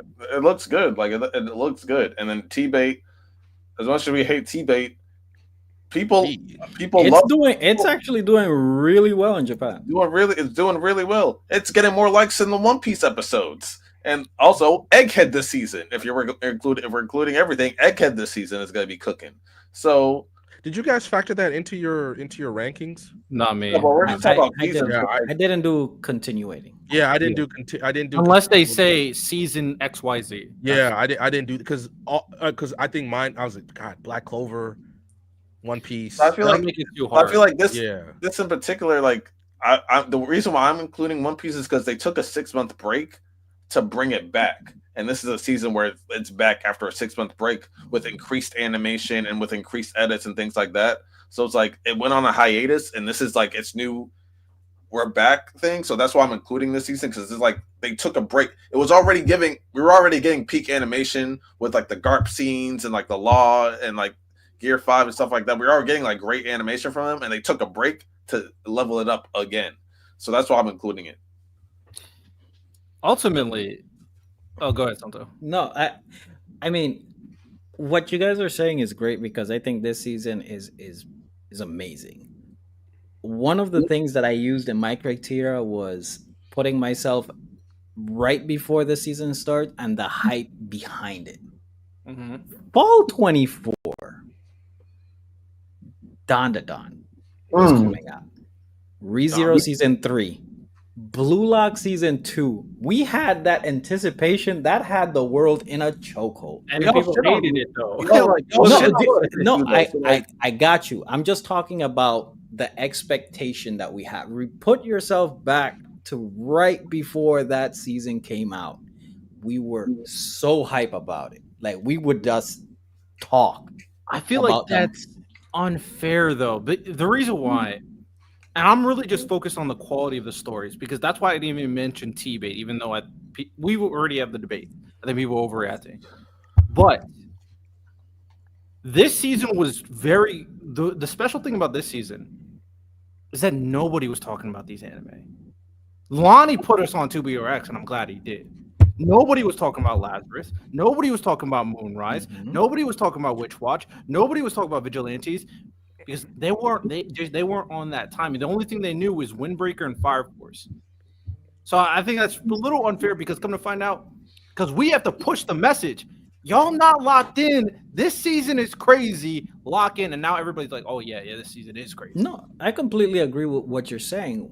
I'm just talking about one of the criterias that I had. So sure, like especially for Blue Lock season 2, like that was unfortunately not the best season in terms of animation wise, and I think that's where we really got into the era of elitist animation type thing. I think that was the catalyst because of the hype that it had. But Blue Box, amazing animation, one of the best romances right now. Toriyama's death, then Dragon Ball Daima comes out. Everybody was expecting it. Season was great. Tower of God, we're finally getting a animation upgrade and the story. Rachel, after that, we needed to see what was going on for the anime onlys. Blue Exorcist came back.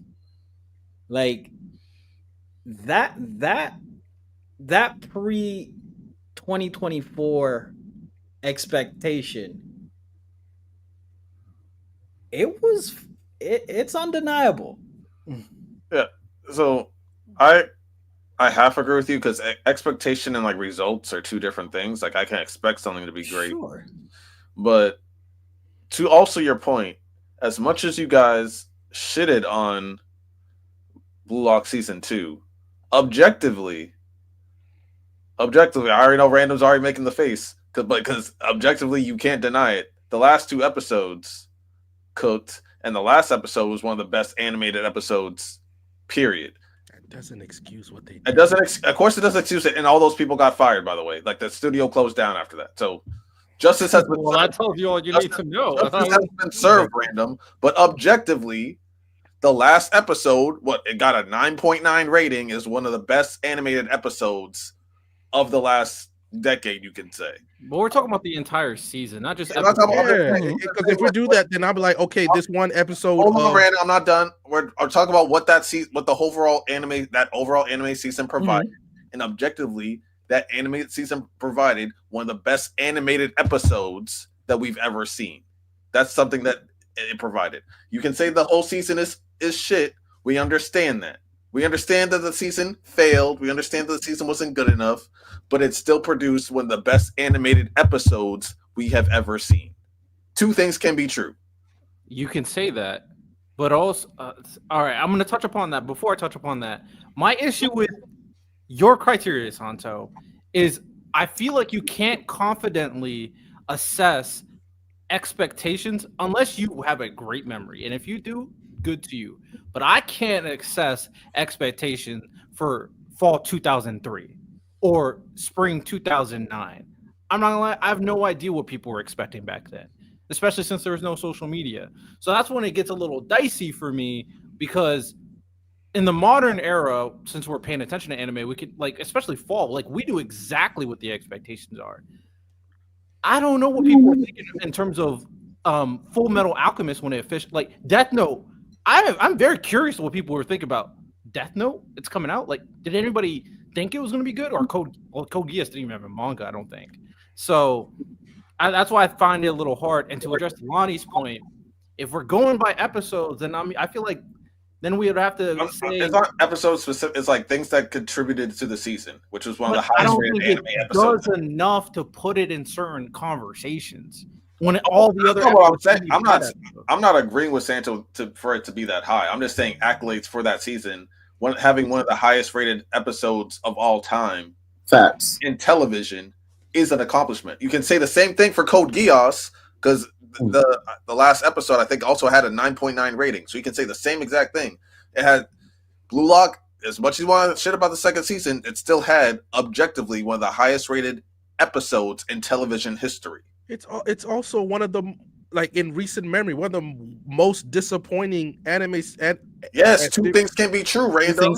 I got you, but this is what you Random. I just don't want you to think that him saying that is dismissing what you're saying. I agree. I agree. But all those people lost their jobs. There were consequences. They lost their jobs. The studio closed down. I got and like Riddell said, that should tell you all you just because you gave us something amazing. Okay, bro, my brakes are great. The rest of the car is still trash.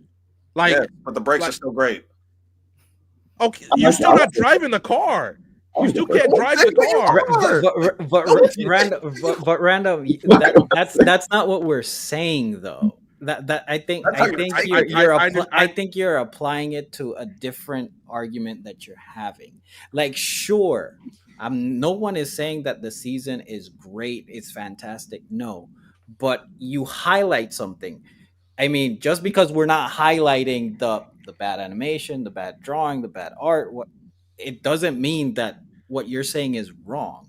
We're not validating the season. Kanye is trash. She still gave us Graduation. This is what I'm going. This is what I'm worried is that 5 years from now, we're going to be talking about this season, and I'm like, remember that freaking great episode? I feel like what's wrong with that? What's wrong with that great episode? It's one of the best episodes. No. That's gonna change the perception, what people think of that. Like, obviously, this is just me personally. The U20 arc should have been one of the, I'm willing to say the U20 arc should have been one of the best sports arcs, animated sports arcs of all time. Real? Yeah, it should have been that. And just because you gave me a 9.9 at the end, and I get that, it was fantastic because I watched it. I get it was great. I get that. I don't want just because that episode was great for people years from now to just say, well, that episode was great, so that means the whole season was. I don't want that perception. That should always be mentioned. But no one is saying that it's not great. But no one is saying that part, Random. Yeah, no one's saying that. Well, no, to give all right, because Random, I'm with you. To give Random credit, there's no point of bringing up the episode thing if you're not trying to make an argument for the season to be on this ranking. Why can't you separate the two? That doesn't make any sense. We're having a conversation of the top 5 best seasons. If you bringing up one episode when we know the entire season was trash, what's the point of you bringing up this episode? Bringing up that the argument. No, but because I would, my only pushback on what you're saying, because I sort of agree with what you're saying. My only pushback would be is that episode is a moment in anime. Real? I think that episode is, I can say confidently because I watch a lot of sports anime. That's the greatest sports animated episode of all time. And you can highlight that without, how do I say? I'm not highlighting the season, but I'm picking out a moment that was iconic in anime. So, and I think it's okay to highlight that. Because unfortunately, if we have a top animated episode moments for sports, guess what's going to be number one? It's going to be that episode, whether you like it or not. It's going to be that episode. Not only that, I think it's also like a thing where every season is going to have anime that aren't that good. I think the story of Blue Lock season 2 was good. Maybe the animation wasn't, but the story was still good. It was good. It was well written. But I think that if you want to say that certain seasons don't have the best anime, that applies for every season. So this logic would say Blood had a bad season just because the animation still had a good story, and you can point to any season and say, well, this particular anime didn't have good animation. But if you go to if you say like, hey, let's take the top 10 best animated episodes in each season, that would be in the conversation, despite it being that. That's great. But Blue Lock season 2 was a generational fumble. Yes, The animation was that bad that it affected everything. My point is, there are a lot of anime. Every anime season has to have anime with that animation. Like, No, that's fine because we got something like that this season. But ultimately, and I feel like Random might agree with this, when we're trying to create this top 5 list, so we got to focus on the nitty gritty, the details, the nuanced discussion, debates, and arguments.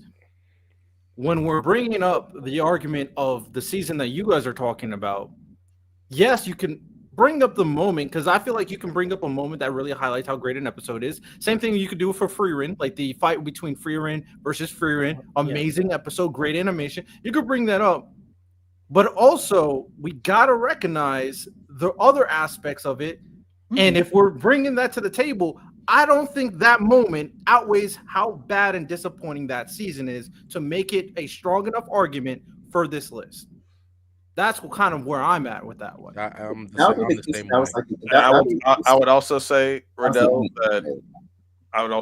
I think that there is some, what's the word I'm looking for?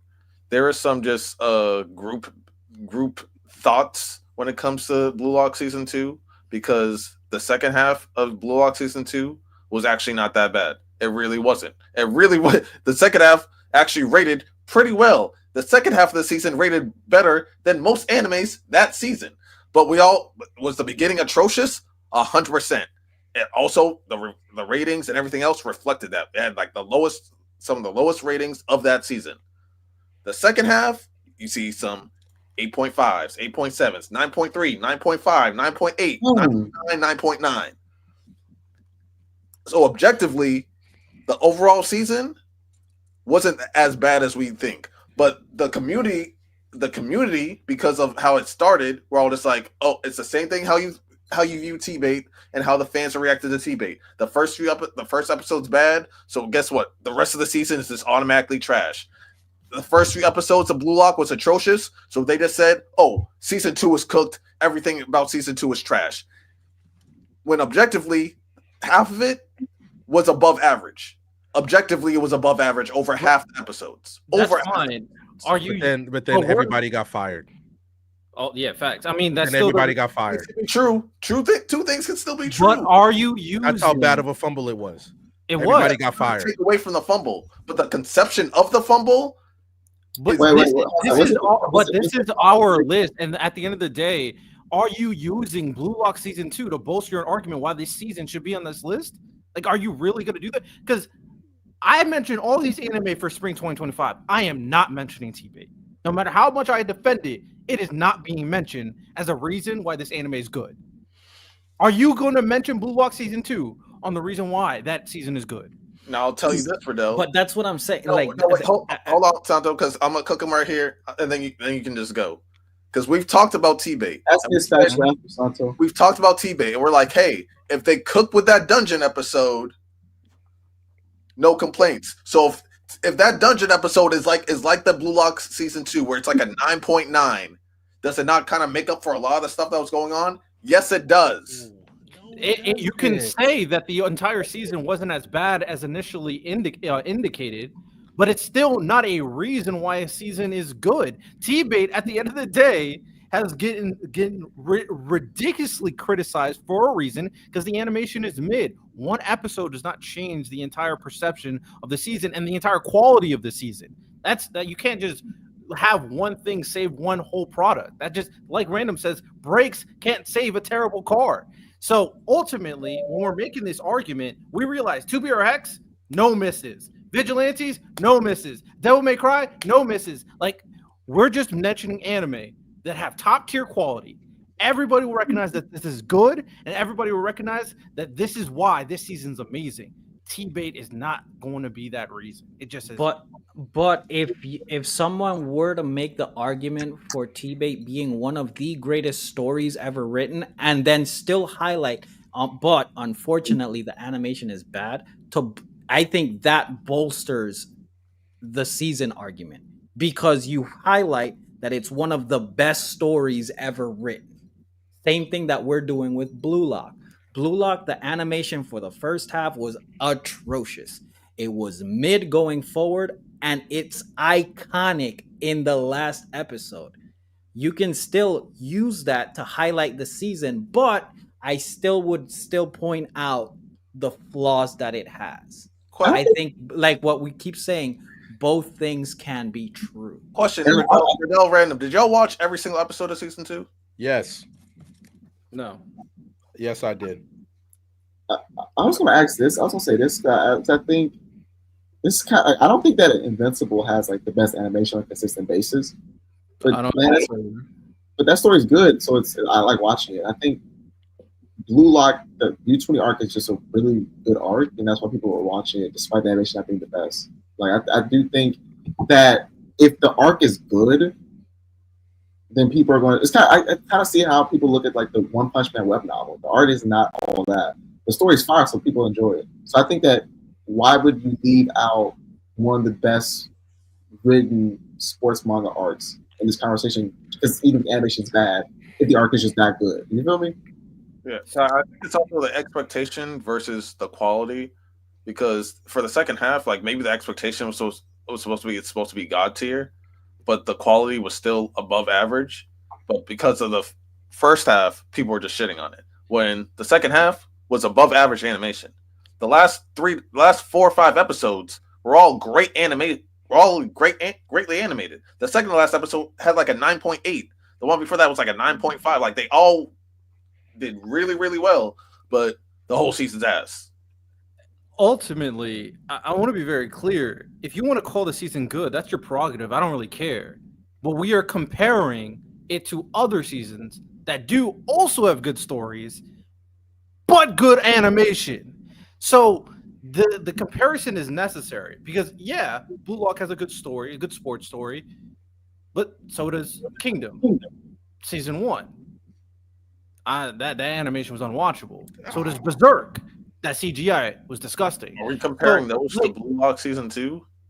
I guess my thing is no. We can't go like it has a good story and then use that as a argument on why that season should be treated as good. And then I bring up other series that have bad animation. Good animation. No, I want to be clear. Better stories. But we recognize that we do not praise that season for the quality of product. If you want to call it good, fine. But there's no way you're comparing Blue Lock season 2 to something like freaking Vigilantes and going like, yeah, Blue Lock season 2 is better. I'm not hearing it. Man, we don't. I'm just not hearing it. Windbreaker season 2. I'm not hearing it. But good debate though. We don't really watch it though. I knew you were gonna be a Koichi hater. But let's finalize. This was a good debate, so we can kind of we've been going back and forth for fall 2024. Ultimately, we have 2 seasons down. So let's get into the details and maybe we can kind of figure out where we're actually putting things on the ranking. What is number 3? I still say either 2021, which was tough. No, Riddell, I'm with you for number 3. I'm going right now. Okay. Santo, are you sticking with fall 2024, Santo? Yeah. What was that? Another reason. Oh no, that was that 2022. Never mind. Yeah, another thing we didn't mention with fall 24 was how bad Uzumaki was. And people didn't like Tower of God either.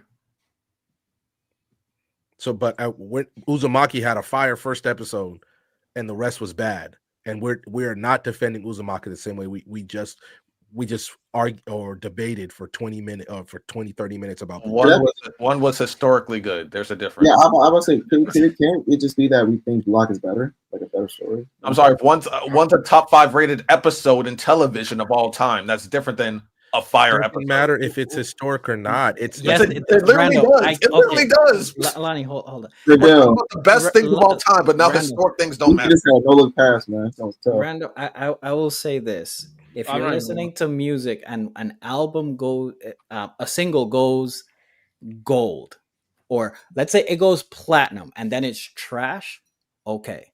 but then a single goes double diamond, and then the rest is meh.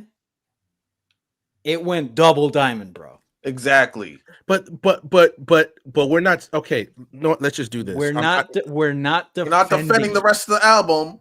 The thing still went double diamond. But you have to highlight the moment. That's great, but never mind. We're just going back and forth now. There's no It's point. okay, man. It's okay. We don't. I just put it on, Ty. I just put it on.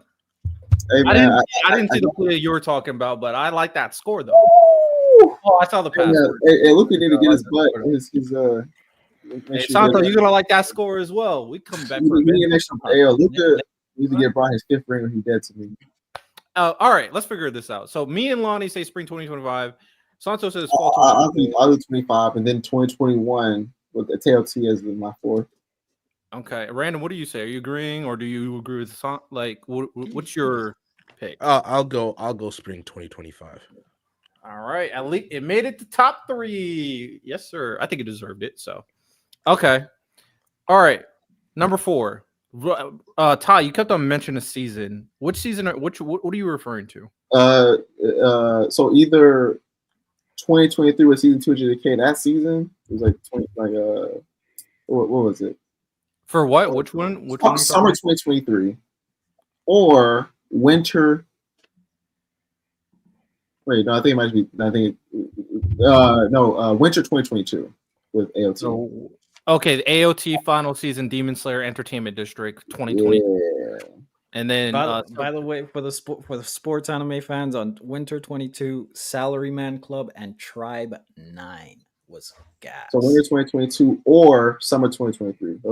That's my 3 and 4, man. Y'all can figure out how y'all want to lay it. And summer 23 is JJK season 2. So the Shibuya arc. That's all I need, man.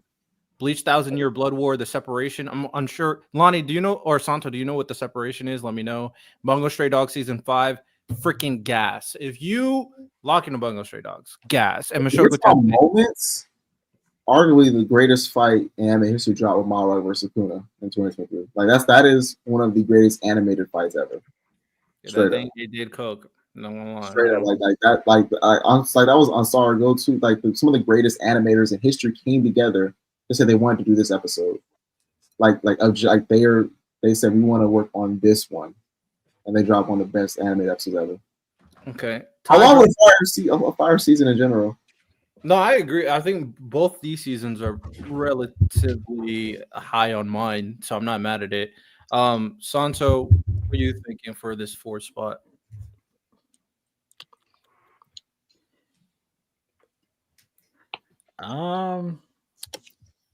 Fourth spot, spring 2019.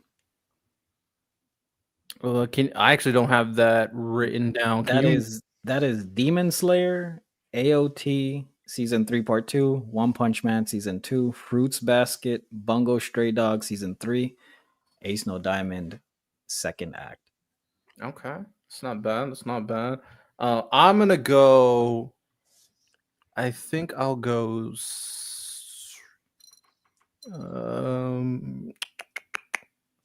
Either fall 2023, which is Frieren, currently highest rated anime of all time on my anime list. Apothecary Diaries, Inception, Spy Family Season 2, Dr. Stone, New World Season 2, Shangri-La Frontier, Undead Unluck, Ragna Crimson, and Pluto. So that's an honorable mention. And then spring 2016 with JoJo's Part 4, ReZero, My Hero First Anime, Sinbad Magi, and Bungo Stray Dogs First Anime. So we got some good choices. Lonnie, got anything you want to drop?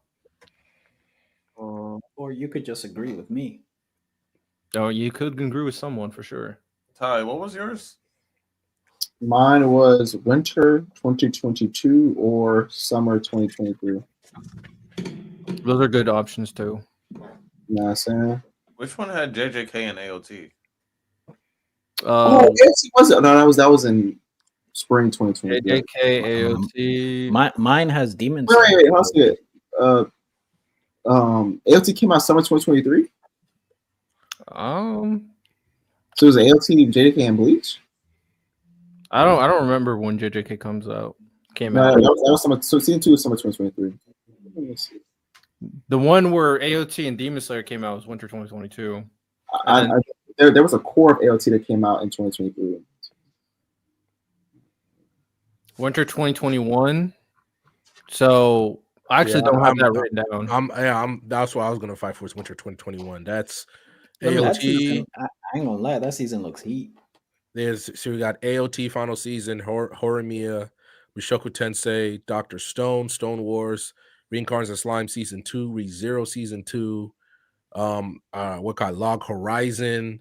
I didn't even mention World Trigger, the second season. World Trigger was that series. Like, they got some good stuff. Now they have also have some horrendous stuff, like Promised Neverland season 2, Wonder Egg Priority, which started off great but ended terribly. Beastars was there and that was great.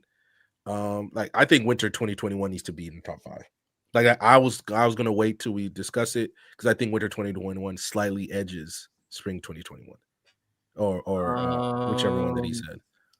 I am looking at winter 2021. So yeah, it does have Attack on Titan, first part of the final season. Horimiya, I will co-sign. One of the few romance anime I actually liked. Mushoku Tensei, Dr. Stone, Slime, ReZero, Valid. Promised Neverland season 2 is ass. Wonder Egg Priority, a lot of people like. Skate the Affinity, a lot of people liked. Beastars. Fire. Skate the Infinity is fire. Kimono Jihen is actually a good anime. World Trigger season 2nd, yeah. Honestly, I do think it might have an argument. It might have an argument to make this top 5. Oh, and another fun one, Slice just one that anime does every now and then. Heaven's Design Team, which was hilarious. It's just hilarious, and I think you would like it, Santo. It's just really funny. It's blasphemous, low key, I guess, if you want to talk about what they cover, but it's hilarious. Okay. I don't mind winter 2021. It's a winter 2021, man. Let's do it, coach. I'll co-sign it. All right, and then what last season? So I got 2, and they're gonna. I don't think they're gonna make it, but my personal, I have to throw them out there. The Year of Sports Anime, Fall 2013. That's Kill la Kill Magi, Kuroko no Basket season 2, Ace no Diamond, Hajime no Ippo, Yao Mushi Pedal, and Wanna Be the Strongest in the World. And again, the year of 18 plus goons. Rise Up, Overlord, Dragon Ball Super Gangsta, Shimonetta, Monster Girl Masamune, Bikini Warriors, and the greatest anime of all time. If you're 18 and older, if you want a good laugh and you want a goon, Prison School. Yeah, I'm not a gooner, so you know. Is that right, Rebel? Hey man, I'm a good Samaritan.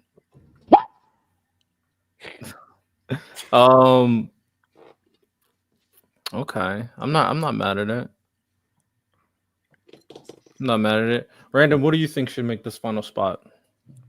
I was gonna say winter 2019, but it seems very top heavy, especially if you take out You love top heavy. Promised Neverland, Shield Hero, Mob Psycho season 2. Yeah, but I wonder because how many episodes did Radiant actually get in total? I don't know. I read the manga. It's pretty good. Yeah, because Radiant is in this season. A Certain Magical Index is in this season. Part 5 of JoJo's was that season. Alicization was that season. But I'm either gonna go winter 2019 or summer 2020 because ReZero, Fire Force, part 2 of War of the Underworld for SAO. I think that's an elite lineup, but it also could feel very top heavy as well. But those are 2 that I have. Also, Food Wars. Food Wars is in there as well. Okay. Even something for Santo. Ahino Sora was in there. Was in that season. I will co-sign. I feel like winter 2022 I feel like winter 2022 could make it just for the culture. I'm gonna be honest. People say that Demon Slayer Entertainment District fight is one of the greatest of all time. Attack on Titan's ending. You was Oh, getting baby. you was getting Attack on Titan and Demon Slayer back to back. You just sat on your couch for an hour. In terms of a 2 slate carry job, you ain't Also, getting we that much talking about- as good as that. We're talking about moments in history. AOT actually broke the internet. Like you had to wait hours to watch the AOT season 4 when it first dropped. Praise the Lord. The way I would do is I'd watch Demon Slayer first, and then I'd watch AOT. I had to literally wait. I remember sitting in my living room with my brother trying to watch. We were trying to literally set Crunchyrolls down. We had to wait like an hour or something to watch it, bro. You had to keep refreshing, refresh. Yeah, that was a moment because no series had done that since Dragon Ball did it for the first time with the Jiren fight, and no series has done it like that after that since then. Oh, they got Bro, some that- fire that- in this season. That Wait a minute. Crunchyroll, oops, something happened screen. Terrible. Yeah, I'll honorable mention before random goes over the rest of the season. Fall 2022 did have Bleach coming back and Blue Lock, the series that everybody's glazing right now. Chainsaw Man also showed up in fall 2022. It's up Spy there. Family and Eminence and Shadow, which is a big glaze fest on this. Fall 22 is number 2. Oh, it is already up. No, never They mind. got some fire in this season. Jesus Christ. What do we got? Obviously we already talked Spy Family, Love is War. I think this is the last one before the movie, Lonnie. I could be wrong. Mid. Comey Can't Communicate. Aharon, it don't matter. Your boy Kong Min, which was Santo for the Dynasty Wars fans. That show was fire. That show was fire. What else am I looking at here? We're talking about this is spring 2022, right? That we're talking about here. Or was it winter? Sorry, winter. 2019. Boo, boo, boo. Oh, my dress up darling was there. That's another one that you like. The case study of Vanitas. That banger, straight up banger. Ari Fueta from Commonplace to World's Strongest. All right, I'm gonna just advocate for winter 2019 for the culture. I'm with you. All right, I think that's enough. We've been talking about this for a while. We got a top 5 of the greatest anime seasons of all time. And spring 2025 could end up number 1. I don't know. Fall 2006. It's not beating 06. Fall 2006 is different, bro. Yeah, go through 206 again. Well, was it really that nice? Yes. Yeah. Yes, Yeah. Ty. Yeah, it was. Shout out. Good conversation about the best fall anime seasons. Is LeBron really that nice? Oh, Lonnie, are you here? Lonnie is cooked. Lonnie had a segment that he wanted to do. We're probably gonna save the draft awards for a different time when Miles shows up, so we can make it a hero versus villain thing. But Lonnie wanted to do a blind ranking. hurry up, Lonnie. Shaking my head, man. Oh, there he is. Sorry, I had to get my DoorDash. Came back just in time. What's your blind ranking? So this blind rankings, it's going to be duos and anime. So you can think about like their rivalries, what they do in terms of interacting with each other, just overall duos. Those niggas. It's gonna be 6, and y'all ready? All right. So first one up, Deku and Bakugo. Okay, I'm liking this. Do I want to be nasty? Wait, hold on. Who are we comparing this to? It's a blind ranking time. Blind rankings. Blind ranking. Oh, right. All right, blind ranking. How many? So I low key want to put this. start over. So we're blind ranking duels in anime. You can think about their rivalries. You can think about like how they interact with each other. What they Yeah. all that. Low key, Whatever Deku you think Bakugo. duos, it's your own prerogative. Okay, how many are on this list? There's 6. 6. There's 6. They need to be a minimum to me at least top 3. Yeah, I go number 5. There's a lot. There's Yeah, a lot of. I'm not even joking. I mean, Naruto, Sasuke, Goku, Vegeta. I'm just not. I'm Oh, not as high on y'all Deku. going, yo, as I don't. Killua Gon. Why Oh, is Deku. Deku I'll Bakugo probably put Deku Bakugo over. They're Yeah. about even. Killua and Gon and Deku and Bakugo about even. I ain't gonna lie, I might say I do think it's 5 though, for sure. 5 is crazy. I don't think it is. I would go. We need. I go 3. Whoever these niggas that actually end up above them, we need to have a whole separate day topic about this because I can. Of course, we do. I swear to God, if he does Ichigo and Chad, Oh, I mean, yeah, Deku Bakugo I'm is better than Ichigo and. I'm gonna hit him in the knees, bro.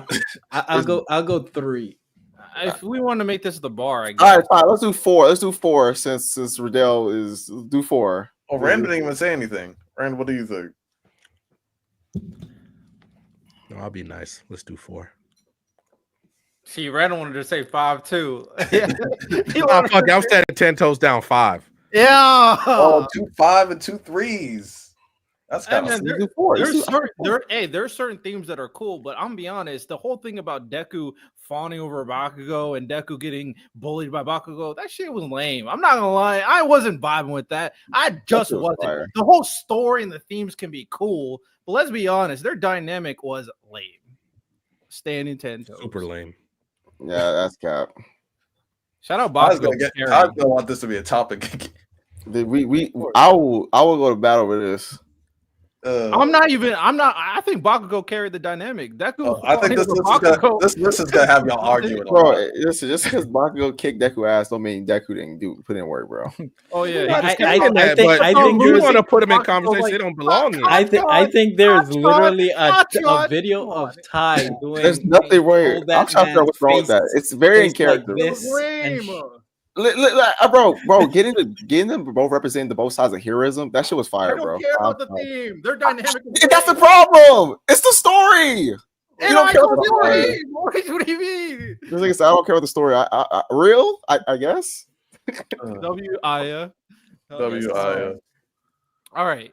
Do we not care about the story for the rest of these, or just these two, or is it? No, I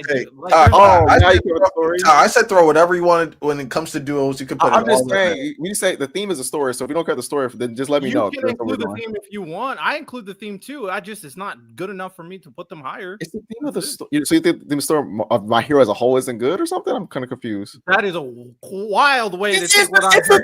Their dynamic represents the theme of the story. Come on.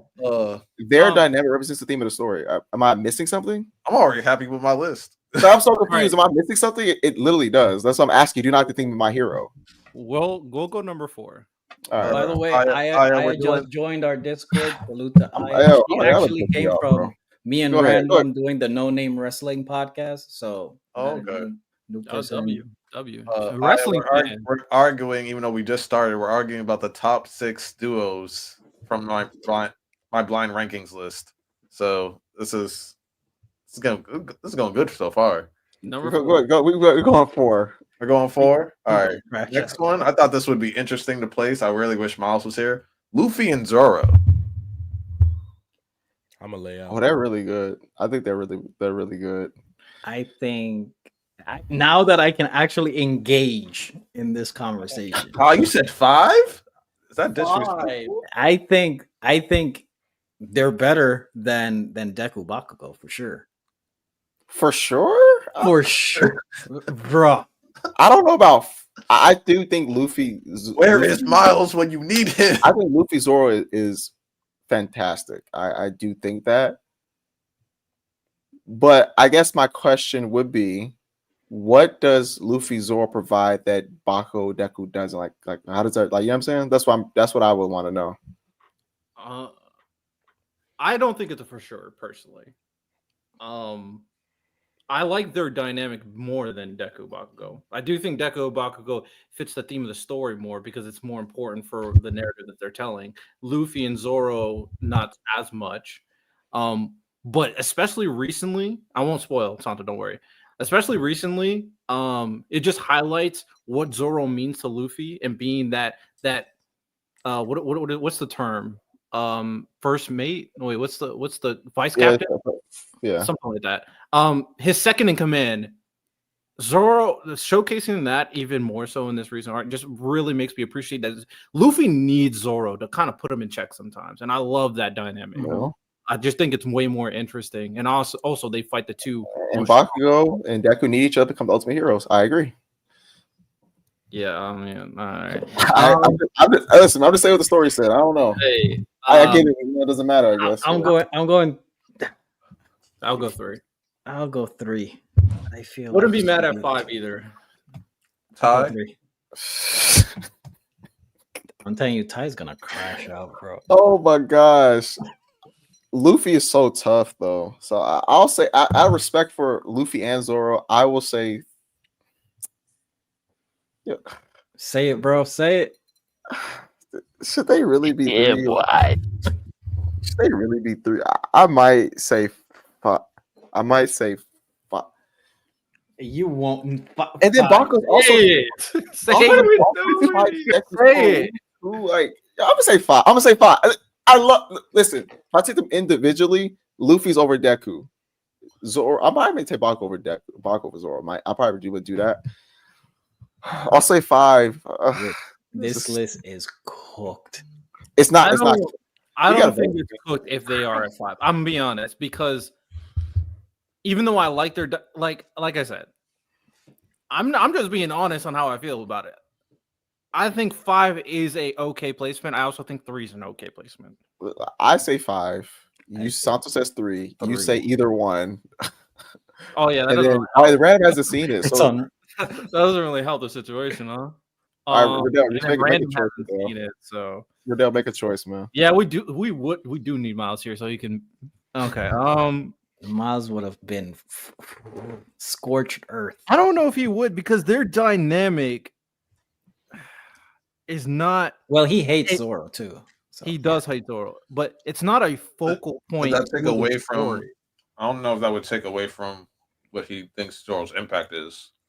I think those are two different. The conversations. Zoro Fine, you know what? I don't- Go 5. Go 5. I'll go 5. I'll go 5. Bruh. All right. There's no disrespect. We love Luffy, man. We love Zoro. Zoro Luffy at 5. All right. Next up, Naruto and Sasuke. There we go.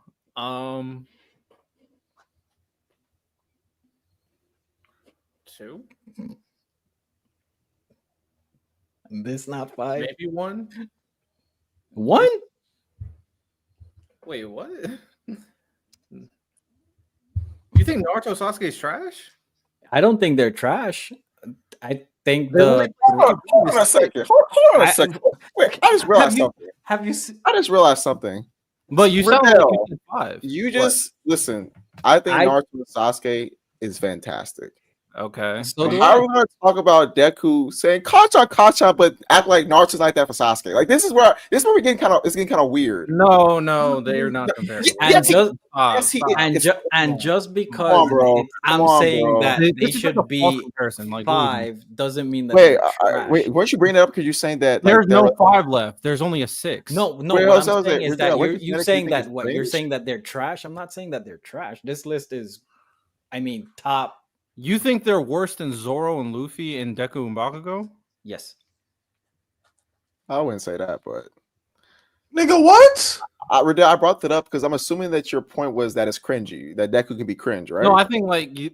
No, not just the cringy moments. I think their dynamic is cringe on how Deku kind of finds over Bakugo because Bakugo bullied him and obviously showcased his strength, and Deku was like this weakling compared to him, and he admired him. Naruto was on smoke every single time with Sasuke. When Sasuke left, he was like, "I need to bring Sasuke back because he's my friend." That wasn't the dynamic between Deku wanted to and beat Bakugo.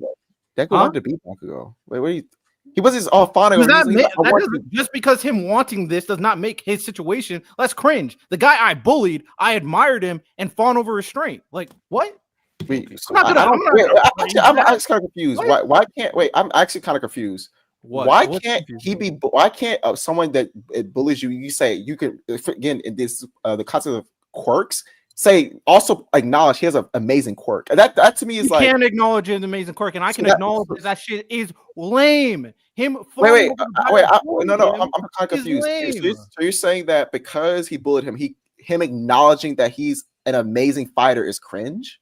No, stop twisting it. That's what that's why he admires him. That is him. why he admires him. He admires him as how powerful he is with his quirk. That's why he admires him. Give a reason for it does not make the situation. So Riddell, that's why I'm asking. Riddell, asking you. Riddell, that's why I'm asking you. Are you saying that because he's amazing with his quirk and his ability, just him acknowledging that because he was bullied by him is a problem? No, I said that's why he admires. But that's why he admires him, though. And again, just because you found a reason why he admired this guy doesn't make the fact that he admired the guy that bullied him. And that's why I'm asking you, is him admiring his lame.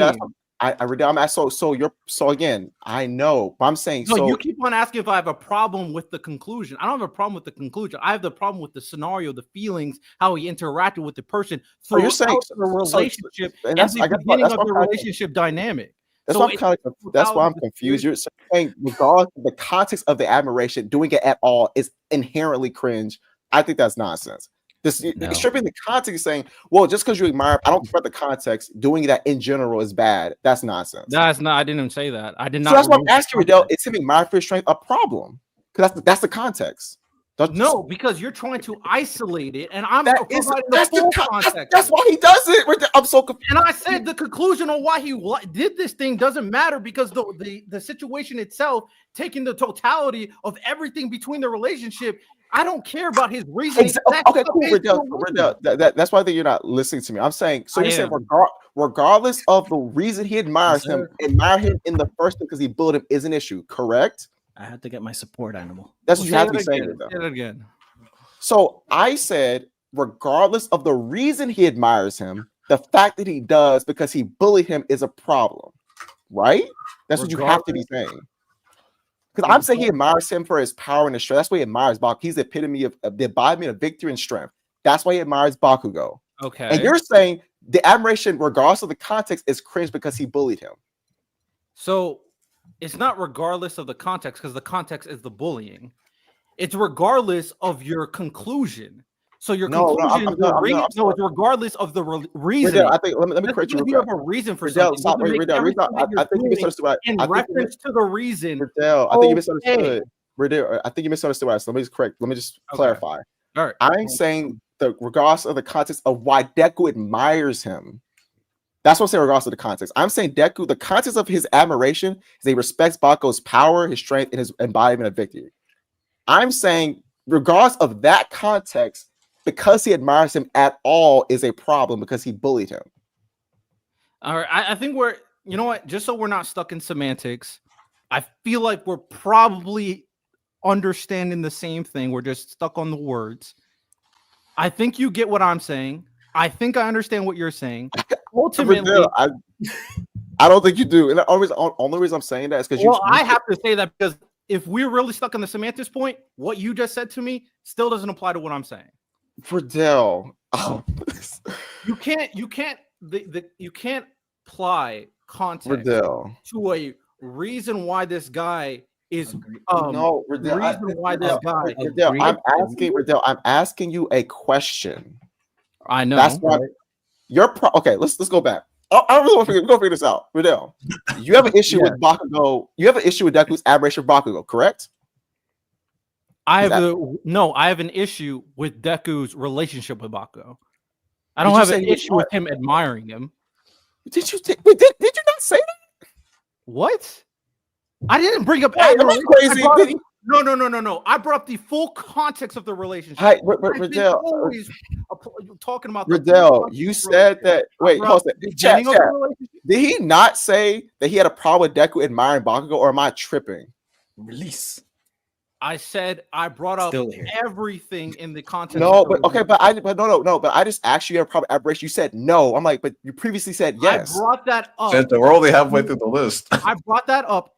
And then I brought up the context that connects to the pieces that is part of the different equations of this conversation to ensure that they're both tied together. So the initial implementation of the relationship, which is obviously Bakugo bullying and treating him like crap, the admiration after the fact that he knows that this guy is treating him like crap, and him using this guy as a goal, and then throughout their whole relationship, even though Bakugo continuously treats him like crap, He still has that admiration for this guy.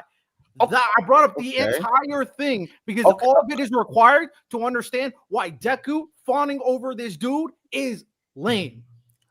Okay, so that's why I asking you, despite all that admiration that you have an issue with, is Deku admiring Bakugo's strength. That's all the admiration that you have a problem with.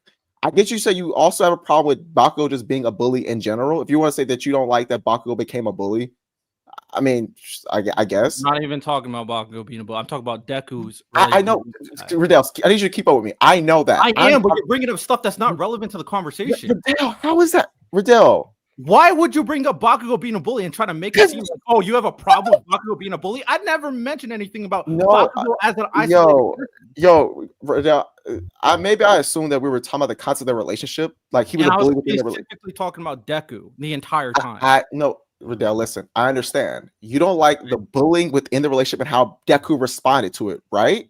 Right, there we go. Yep. Nick, I thought we were on the same page. I thought that was obvious, but whatever. I ain't gonna hold Fine. you. I thought that was obvious. Okay, cool. You don't like how Deku Deku responded to it, and that's why I asked you. That's why I asked you, Riddell. Is the reason for the response a problem? That's why I was asking you. Do you have a problem? I'm asking, do you have a problem with him admiring Bakugo for his strength? That's the reason for the admiration. And if you were to say you do have a problem with it, or you don't care about that, that was my next question. So, regardless of the context of why he admires him admire him at all is an issue. No, again, because it has to connect to the other aspects of it. If I concede the idea that Deku's admiration of Bakugo's strength is not okay or okay, then that alleviates itself a lot, or that leaves itself from a lot of the context on my issues. Him admiring this dude isolated from their relationship and their dynamic and the initiate of what the dynamic is fine. If Deku wants to admire Riddell, I'm not isolated. I'm not saying just simply him admiring him is a problem. I know that you're not saying that. I'm saying that him admiring his bully.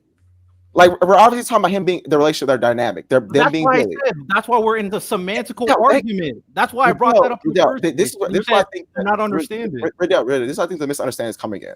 You assume I'm just saying that him admiring him in general is the problem. I obviously am not talking about that. I am saying that given the concept of relationship, do you have a problem with Deku admiring him for this reason? Okay, there we go. Yes, I've said that a million times, Riddell. I literally did. No, you said the first thing you said, and then you know what's crazy? I legit brought up. I was like, Ty, I think we have to. We've been here for about 18 to 20 minutes. Hold on. We have Riddell. Hold on. We're only halfway through the list. Riddell, we have to move. No, I gotta clear the air. Riddell. We have to move. Yeah, this is how it is on the other side. Hold on. No, last thing. I'm not arguing, but I want to be clear. Riddell, let me say this last thing first. Okay. We have to move on. No, you can't go like, oh, I said this thing and then we'll move on. I'm not saying that. I'm just Let me say this last thing first. Let me say this last thing first. All right.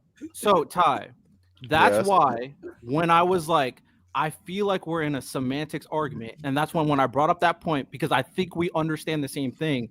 That's why I brought that up, because I thought we did understand the same thing. We're just using terminologies in a way that is not matching our understanding of the definitions. And then you said, I don't think you're understanding me, and then we went back into the argument. The reason I said that is because you brought up. The reason I said this is because you said the context is the bullying. I was like, no, I'm talking about the context of Deku being bullied and still admiring Bakugo. Yeah, so that's why I said I brought that because I said that's not the point I was making. Because I said the concept I was talking about, you brought something different. It's like, no, let's go back. That's not the concept I'm referring to. Yeah, that's what we're out of the semantics area. I feel like we understand the same point. We are kind of get the same thing, and we can kind of move on from that. Like, okay, all right, we're just stuck in a semantic circle at that point. All right, y'all ready? Yeah. So where are we putting Naruto and Sasuke? Oh, I put him too. We can do 2. Well, who's? Oh, there's no 3. Deku Bakugo 4. And you put Luffy and Zoro at 5. Yeah. So I was going Naruto and Sasuke at 2. Yeah. Okay. Next up, Gon and Killua. I don't have them over Deku Bakugo. I don't. Like I want to be nasty. I really do, but I can't. I don't think they're over Deku Bakugo. Why not? Be nasty. Say what you got to say. Nah, Deku and Bakugo are better. I may hate on Bakugo, but I'm objective. Um, I don't know why you're looking at me like that, Tom. I'm telling the truth. I ain't gonna lie to you, Random. I was not looking at you. I was looking at Riddell. I was looking at Riddell because Riddell about to answer. One. That's kind of crazy. I honestly, we probably should have put Zoro Luffy. I think this would be a perfect 5 spot. This is why Deku Bakugo should have been 3. Honestly, probably. I know, Deku Bakugo would have been a good bar at 3, to be honest. I thought he was going to put more heavy hitters, but he's putting like. I mean, I'm gonna have a part 2 because this was comical. I'm definitely gonna have a part 2. Hey, question is, does Asta make this blind ranking? No. If they do, then they would. Niggas talk about Deku Bakugo one-sided. You know what? Let me stop. Hey, I'll give you Deku Bakugo is better. I'll give you that. For Killua and Gon, let's put them 6. Yeah, and that's unfortunate because they're good, but I mean, all of these guys are good, to be fair. So, all right, yeah. Next up, Al and Edward. Oh, there one. Damn, what happened to Santo? Hey, you got cooked. I don't know. Ed now 1, man. Okay. Hey, this might be perfect. Just come on, Lonnie, lock in. All right, so this might be perfect. The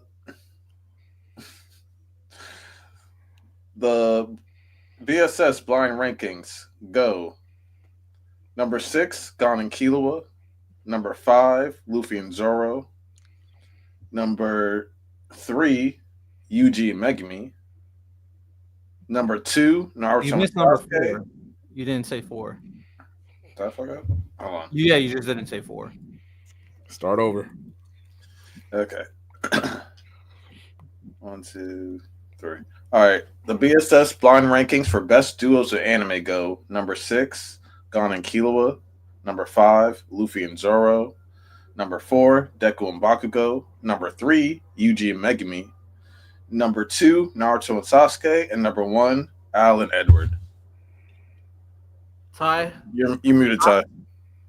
If we put Deku and Bakugo at 3, this would have been perfect. I'll grant you that. It would have been perfect if Deku and Bakugo were at 3. Because we would have put Luffy Zoro 4. We would have put Gon and Killua at 5, and then we would put Yuji Megami at 6. And next week I'll have a part 2 because this was entertaining, and there's a lot more duos out there. There's a lot of duos. I'm gonna throw some makers out there too. Like they're gonna be good. They're gonna be good duos, but you're not gonna be expecting me to say them. Hey, make sure Denji Aki in there, man. That was peak, bro. Yeah. Yuji Megami would be 6 for me if we done this right. But almost there. It was almost perfect. Almost. Not bad at all. All right. We're about 2.5 hours in. Miles is not here, so we can't read your scriptures. And then so I want to do One Piece and Chojin X. Yeah. One Piece chapter this recent week. And then Santo's not here, and he wanted to talk about Blue Lock. So anything else you guys have before we wrap it up? Nagi will return. Isagi saying, "Don't quit soccer." I was like, "All right, oh yeah." He's back. I am very curious to see what. I am very curious to see what they do. No, before you get into it, since Santo's back, we'll go to read your scriptures, and then we'll talk Blue Lock, and then random. You can do what you got to do. All right. Read your scriptures. Transition. Yeah.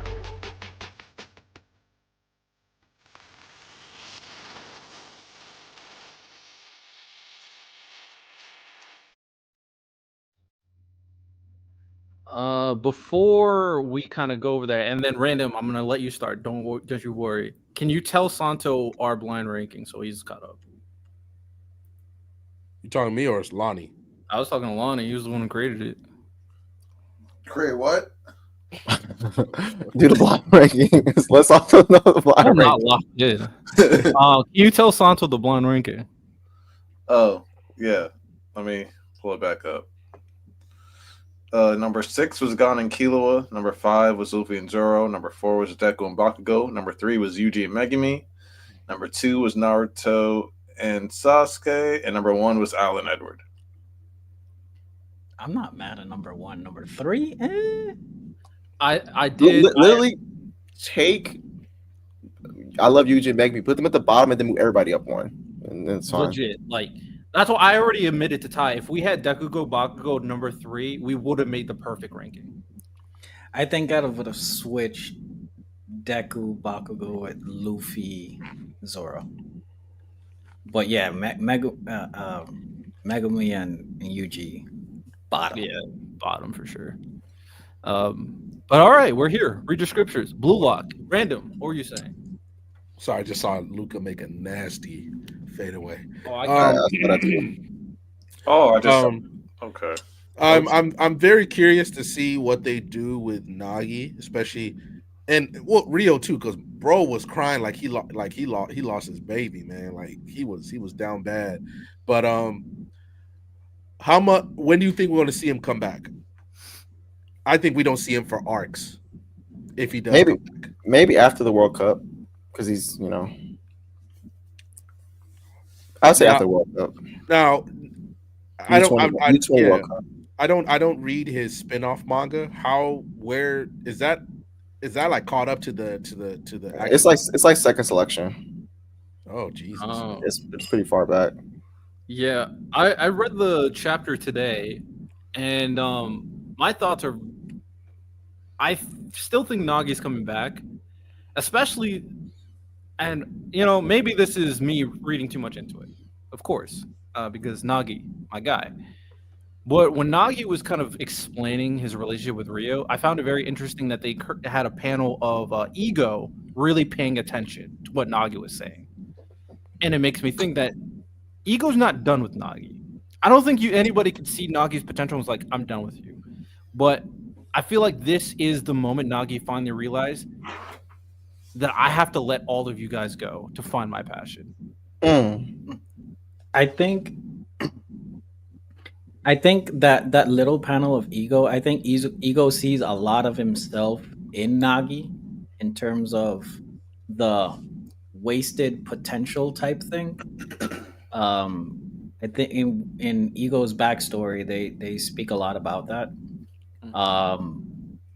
But I'm kind of on the same page with Random that I don't think we see Nagi for a while.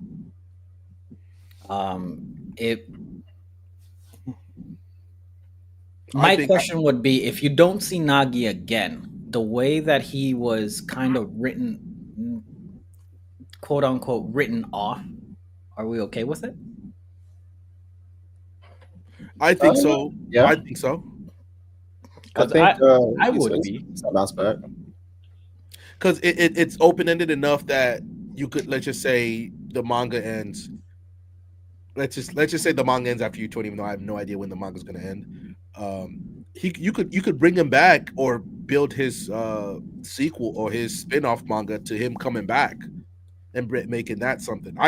It's open-ended enough that if he just went home and started playing video games again, that'd be disappointing. But I don't think he's going to do that. I think this whole experience has taught him that the way he lives his life now and the fact that he actually got to taste of where he wanted to be Isagi so bad, he was doing some superhero shit. And that taste, that definitely left an impression on him. So now he just got to find what he wants. And his soccer is, and can he find that through soccer, maybe through something else? But if they're going to come back, the ability for him to come back and the characters they could bring back with him would be very interesting. Yeah, when Usagi cried out to him, yeah, I was like, yeah, he's gonna come back.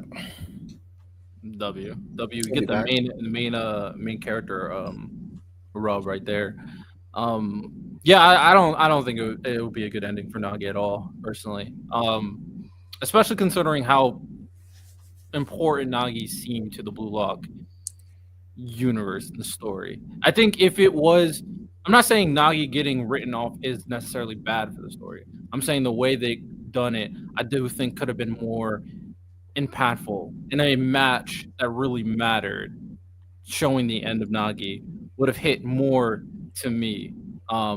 So Nagi kind of failing off a match that we only saw like one chapter of, really, I don't think it's a strong enough for Nagi's in particular. So I'm gonna say no, I'm not. I would push back a little on that in my opinion. I think it was pretty strong. It shows a lot of the dynamic with him and Rio, who were closest friends. Also establishes the environment of what Blue Lock is. Um, getting written off right there at the cusp of the selection. I I think it was pretty impactful. I think it's you got it. You if you keep upping the stakes like that, and Nagi was always slated to fail because of just how high his start was of the league, doing some superhero shit, and then he could never replicate that. That was the whole point. And the fact that I think what stood out to me the most was how Baro was insulted by him. He's like, he's like, in his own ways, like, you got to build yourself from the ground. I'm like, he's like, get the fuck away from me, so to speak. He's like, you're not who I thought you were. And the fact that, and you do notice the whole time in the Eagles, he just keeps asking, he's like, why do you like soccer? Or why do you like football? Why do you want to do this? Why do you want to do that? Because he knows that there's something there, but he just got to go find it. And I think that journey could be very interesting. Now the problem is we won't see that journey for a long time, especially with episode Nagi. We have no idea when we'll get there, because I feel like the next time he comes back in the story, he's just back. Sure, we'll get like a little bit, or we'll get an overview of what he's done since he's gone back. But also, how nasty is he going to be? Is he going to be? Is this guy going to look at this guy and be like, "Who the hell is this?" The demon god, man. Yeah, I'm just not jacking it. And the idea of, and this is not what you said, Kyle, what you said in the more important characters than Nagi.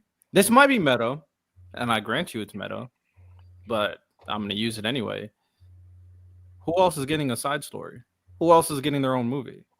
There's no way you're telling me that Nagi is not important to Blue Lock. After it's probably second most after Isagi. So, and I'm talking about the totality of the Blue Lock universe, not to the story itself. To the story itself, everybody relevant to Asagi is the most important, because Asagi's the main character. But yeah, Nagi's way too important. You put too much stock into Nagi as a creator for him to get written off a match we barely got to see. That just, it doesn't click with me. What's the point of building him up so much? I don't think we needed to see it, though. I think we understood why he failed. Street's saying that episode Nagi is Rock Lee and his ninja pals. See, that's disgusting. And nobody likes how Rock Lee was treated. Nobody likes how Rock Lee Rock Lee was not that important. Yeah, but people still are not happy with how he became irrelevant in Shippuden, I would say. Oh, sure. I agree with that, but, you know. I saw how he looked. I do think that Nagi is more important to his story than Lee is to his. I also agree. Sure. So Nagi will come back, bro. And you know what? This is perfect for my... we had an agenda hour. I'm rubbing my hands together. My dog, Ikaguri, gonna come back. We just know that getting locked up don't mean nothing, man. You can come back. Once I see Nagi get locked up, I was like, oh, yeah, Ikaguri. It's time. Well, he can play soccer. He got a $3 million offer. Are you talking about the monk, or who are you talking about? The monk. He has an offer. He can keep playing. The buggy of Blue Lock, bro. It's time. It does say something that he keeps making it. No. Save this. Ikaguri will make a return just like Nagi will. Now, will he be as good as Nagi? Obviously not. That's not what I'm saying. But He ever scored a goal? That's listen, That's not foul. his job. He's a It's defender. his job to score. When he Barely defend. hold on a second. When they're in Tetsuo ain't scored a goal. He's in the goddamn team. When it's the World Cup, the actual World Cup, that stop that he gonna get on Noah or Loki is gonna feed generation. Man. Oh, that foul! That red card, that red card, he's gonna draw. That's all he's gonna do. That foul he gonna draw. Listen, hold a second. Isagi's the champion because of Igaguri. Let's be very clear here. Okay. Oh my. No, hold on a second. Hold on. Stop it. No. Let me say something real quick. The momentum was in PXG's hands. Ren was awakened, and Isagi and Kaiser had nothing for him. They couldn't see him. Igaguri got that nigga. Yo, that's like Steph Curry's hot. That's like Steph Curry's hot, right? And I say, yo, clamped up. Get up, clamp that. And then he cooled down. Now he missing shots. If he does not put those 2 consecutive stops on Ren, they lose objectively. I'm sorry. I know. I get it. He's Igaguri. He's a monk. He's silly. But he helped them win the game. He just did. Yeah. I don't know what to tell you. I have to do what I have to do here. I see y'all came from Mineta, but we hating on Igaguri. All right, bro. I don't care for the Mineta. And I'm also going to say this right now. I'll bet you that he does not come back in the story. I don't gamble. My question. Hold on, Riddell. The reason why I respect it though. I respect it. You don't gamble. I respect it. Riddell, the reason why that's serious. I don't gamble. No, I respect it. No worries. Riddell, the reason why I'm going to be like, don't think, because you're telling me that at the end of the second selection, when we're trying to find out who made it, and Kunigami was gone, and he made it. You know what's so funny about that? No, I thought Kunigami would have came back for sure. You know what's so funny about that random? Because my favorite character is Baro and Kunigami. When I see Igaguri walk through there, I was angry at Igaguri. But then he grew on me, man. I was like, Igaguri, you're like the little guy. Like, I root for you. Like, I have a special place in my heart for the Team Z niggas, bro. A lot of the Team Z guys that was there from the beginning, like Kunigami, Igaguri, Chigiri, Bachi, like those are my guys. You know what I'm saying? Igaguri, you're all right in my book. Like he found a niche, something that Noah recognized, and brought him in for. And Ty's right. I understand that it's whatever, but guess what? You do need the dude on the basketball court who can set screens. Like, you need that dude. You do. You need the Gortat screen once in a while. Dirty work guy. Go to any championship team. You're gonna find a dirty work guy that's valuable. Is he even dirty work? All he can do is draw fouls. He it matters though. That's dirty work. It's dirty work. He's providing everything else that dirty work people provide. Like, come on. Wait, dirty work people provide dirty work, man. Yeah, but there's different levels of dirty work, man. Diving on the loose ball. I have a question. Is stopping the most talented player in the league not like high level? While he's awakened, running full speed straight into your chest. We're talking about the most talented player awakened, and little Igaguri. I don't know what this reminds me of? This reminds me of when you put like washed Kevin Love in the game just to take a charge. This is what you were telling me, and it works though. And it works. It's a waste of a roster spot, bro. Y'all remember that? Y'all remember that stop that he got on Steph Curry in 2016 after LeBron's block and Kyrie shot? You remember that? He's not Draymond. Don't disrespect Draymond. He's not Draymond. No. I'm saying Kevin Love. No, you're not saying that. Smoke Bryan said that. Don't disrespect Draymond. Oh, you need that Dellavedova game. Hold on a second, Draymond. Listen, man. Hey, we know Deli went to the hospital after that. Bro almost died. You know who's Draymond? Aki is Draymond. Aki? Yes. Raichi is Draymond. No, he doesn't have the intelligence. Raichi's more like I don't know, man.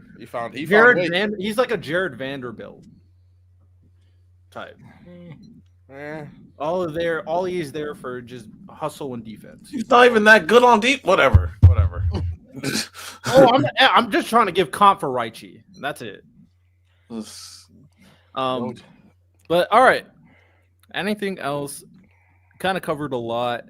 Also, apparently Disney is pausing live action remakes because of Snow White was trash. Yep. Good. So that's something. They should just pick better. Just pick better stories and don't let your main actor or actress just start going crazy. Yeah, she was saying some. She was saying some wild stuff. Like what are we doing? there's one thing I want to show you guys before we wrap up. Because this disgusted me, and this might be what Miles was talking about. I didn't hear it when I watched Lazarus, but you 100% hear it here. So there's a conversation going on in terms of AI being used in English dub. And Crunchyroll said they were not going to use AI for English dub at all. Supercube used AI for English dub, and listen to this.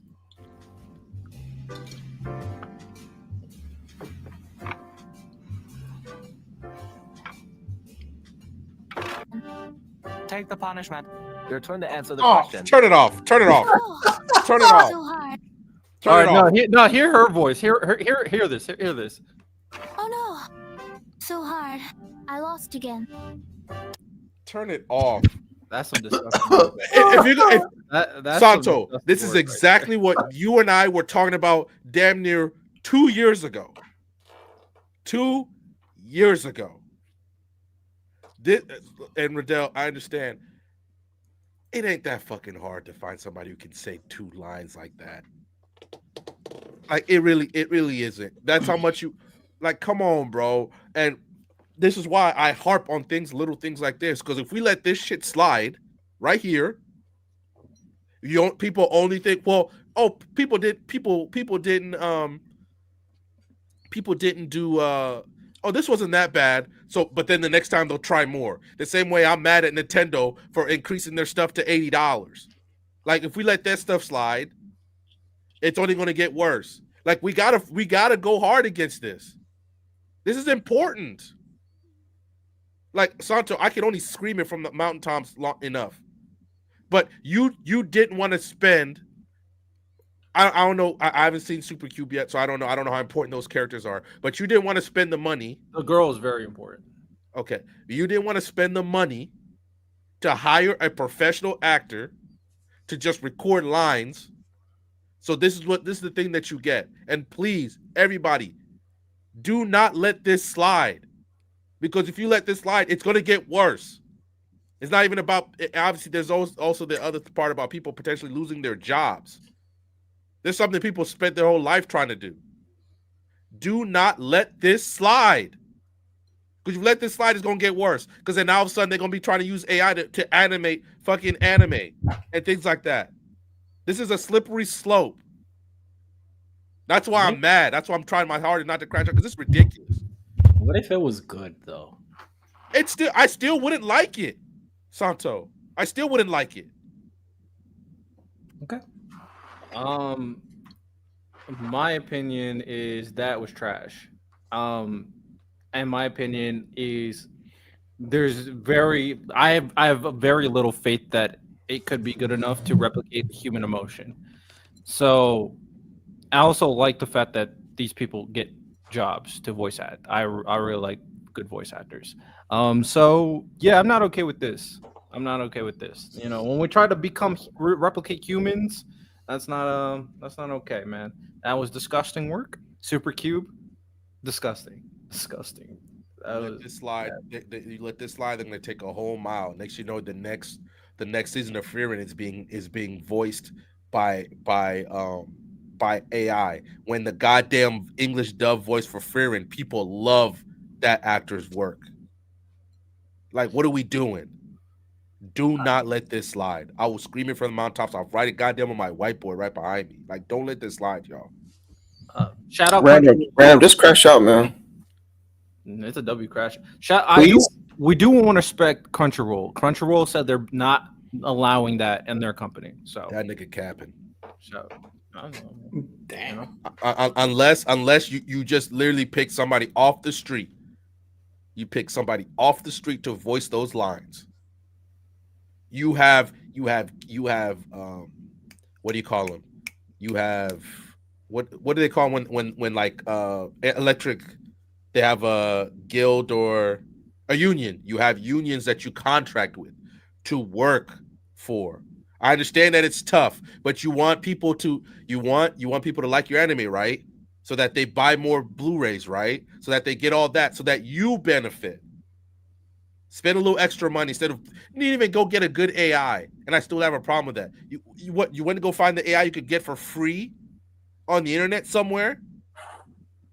Like, you didn't even try. That's the problem. Stop trying to save money in this parts. You have a great, from everything I've heard about Supercube, it's great. So why cut corners like that? When it's just so good enough that we're going to buy the Blu-rays, people are going to buy the seasons on Hulu, whatever. You're going to get the money. But this is the kind of stuff that wards people like me away. People like me who go tell my boy Corey, who's trying to get into anime, no, don't watch Supercube because they doing AI like this. Like, don't do that. Please. It's really not that hard. You already have the process. This continual effort to try to save money and then the little things that hurt anime. Because these things build up. You lose trust. Because guess what? I'm about to finish the fucking war arc, which, by the way, Madara was, Jesus Christ. Oh, I'm not even talking about finally locked in. But Okay. if that entire sequence was even a little bit was AI, that would kill it for me. Now, obviously, I am completely, I'm obviously know more about AI than most people. I am very, very guarded against it because I know you give them a mile, or you give them an inch, they'll take the whole mile and they'll end up ruining something that we love. That's why that's why I'm attacking it this hard right now, even though it's just a little 5-second sequence. No, that was more than that. I just played 5 seconds. No, you're random cooking. I'm talking random here. He's cooking. No notes. No notes, man. Real?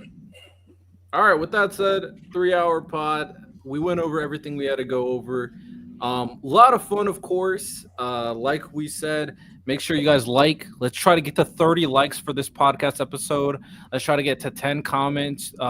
If we get to 10, we'll read off one of the comments for next podcast episode, of course. If you are a creator, including indie creators, make sure to reach out to us if you guys want to promote your stuff on our podcast. Feel free to reach out to us via our socials and or primarily our email, blacksenseisociety@gmail.com. Make sure you guys join our Discord and become a member as well. We have a really great community over here. With that said, appreciate everybody who watched and who are listening to this podcast. Tune in to Open Dojo on Thursday. Sounds like it's going to be a banger. Y'all have a good one. Take care and peace.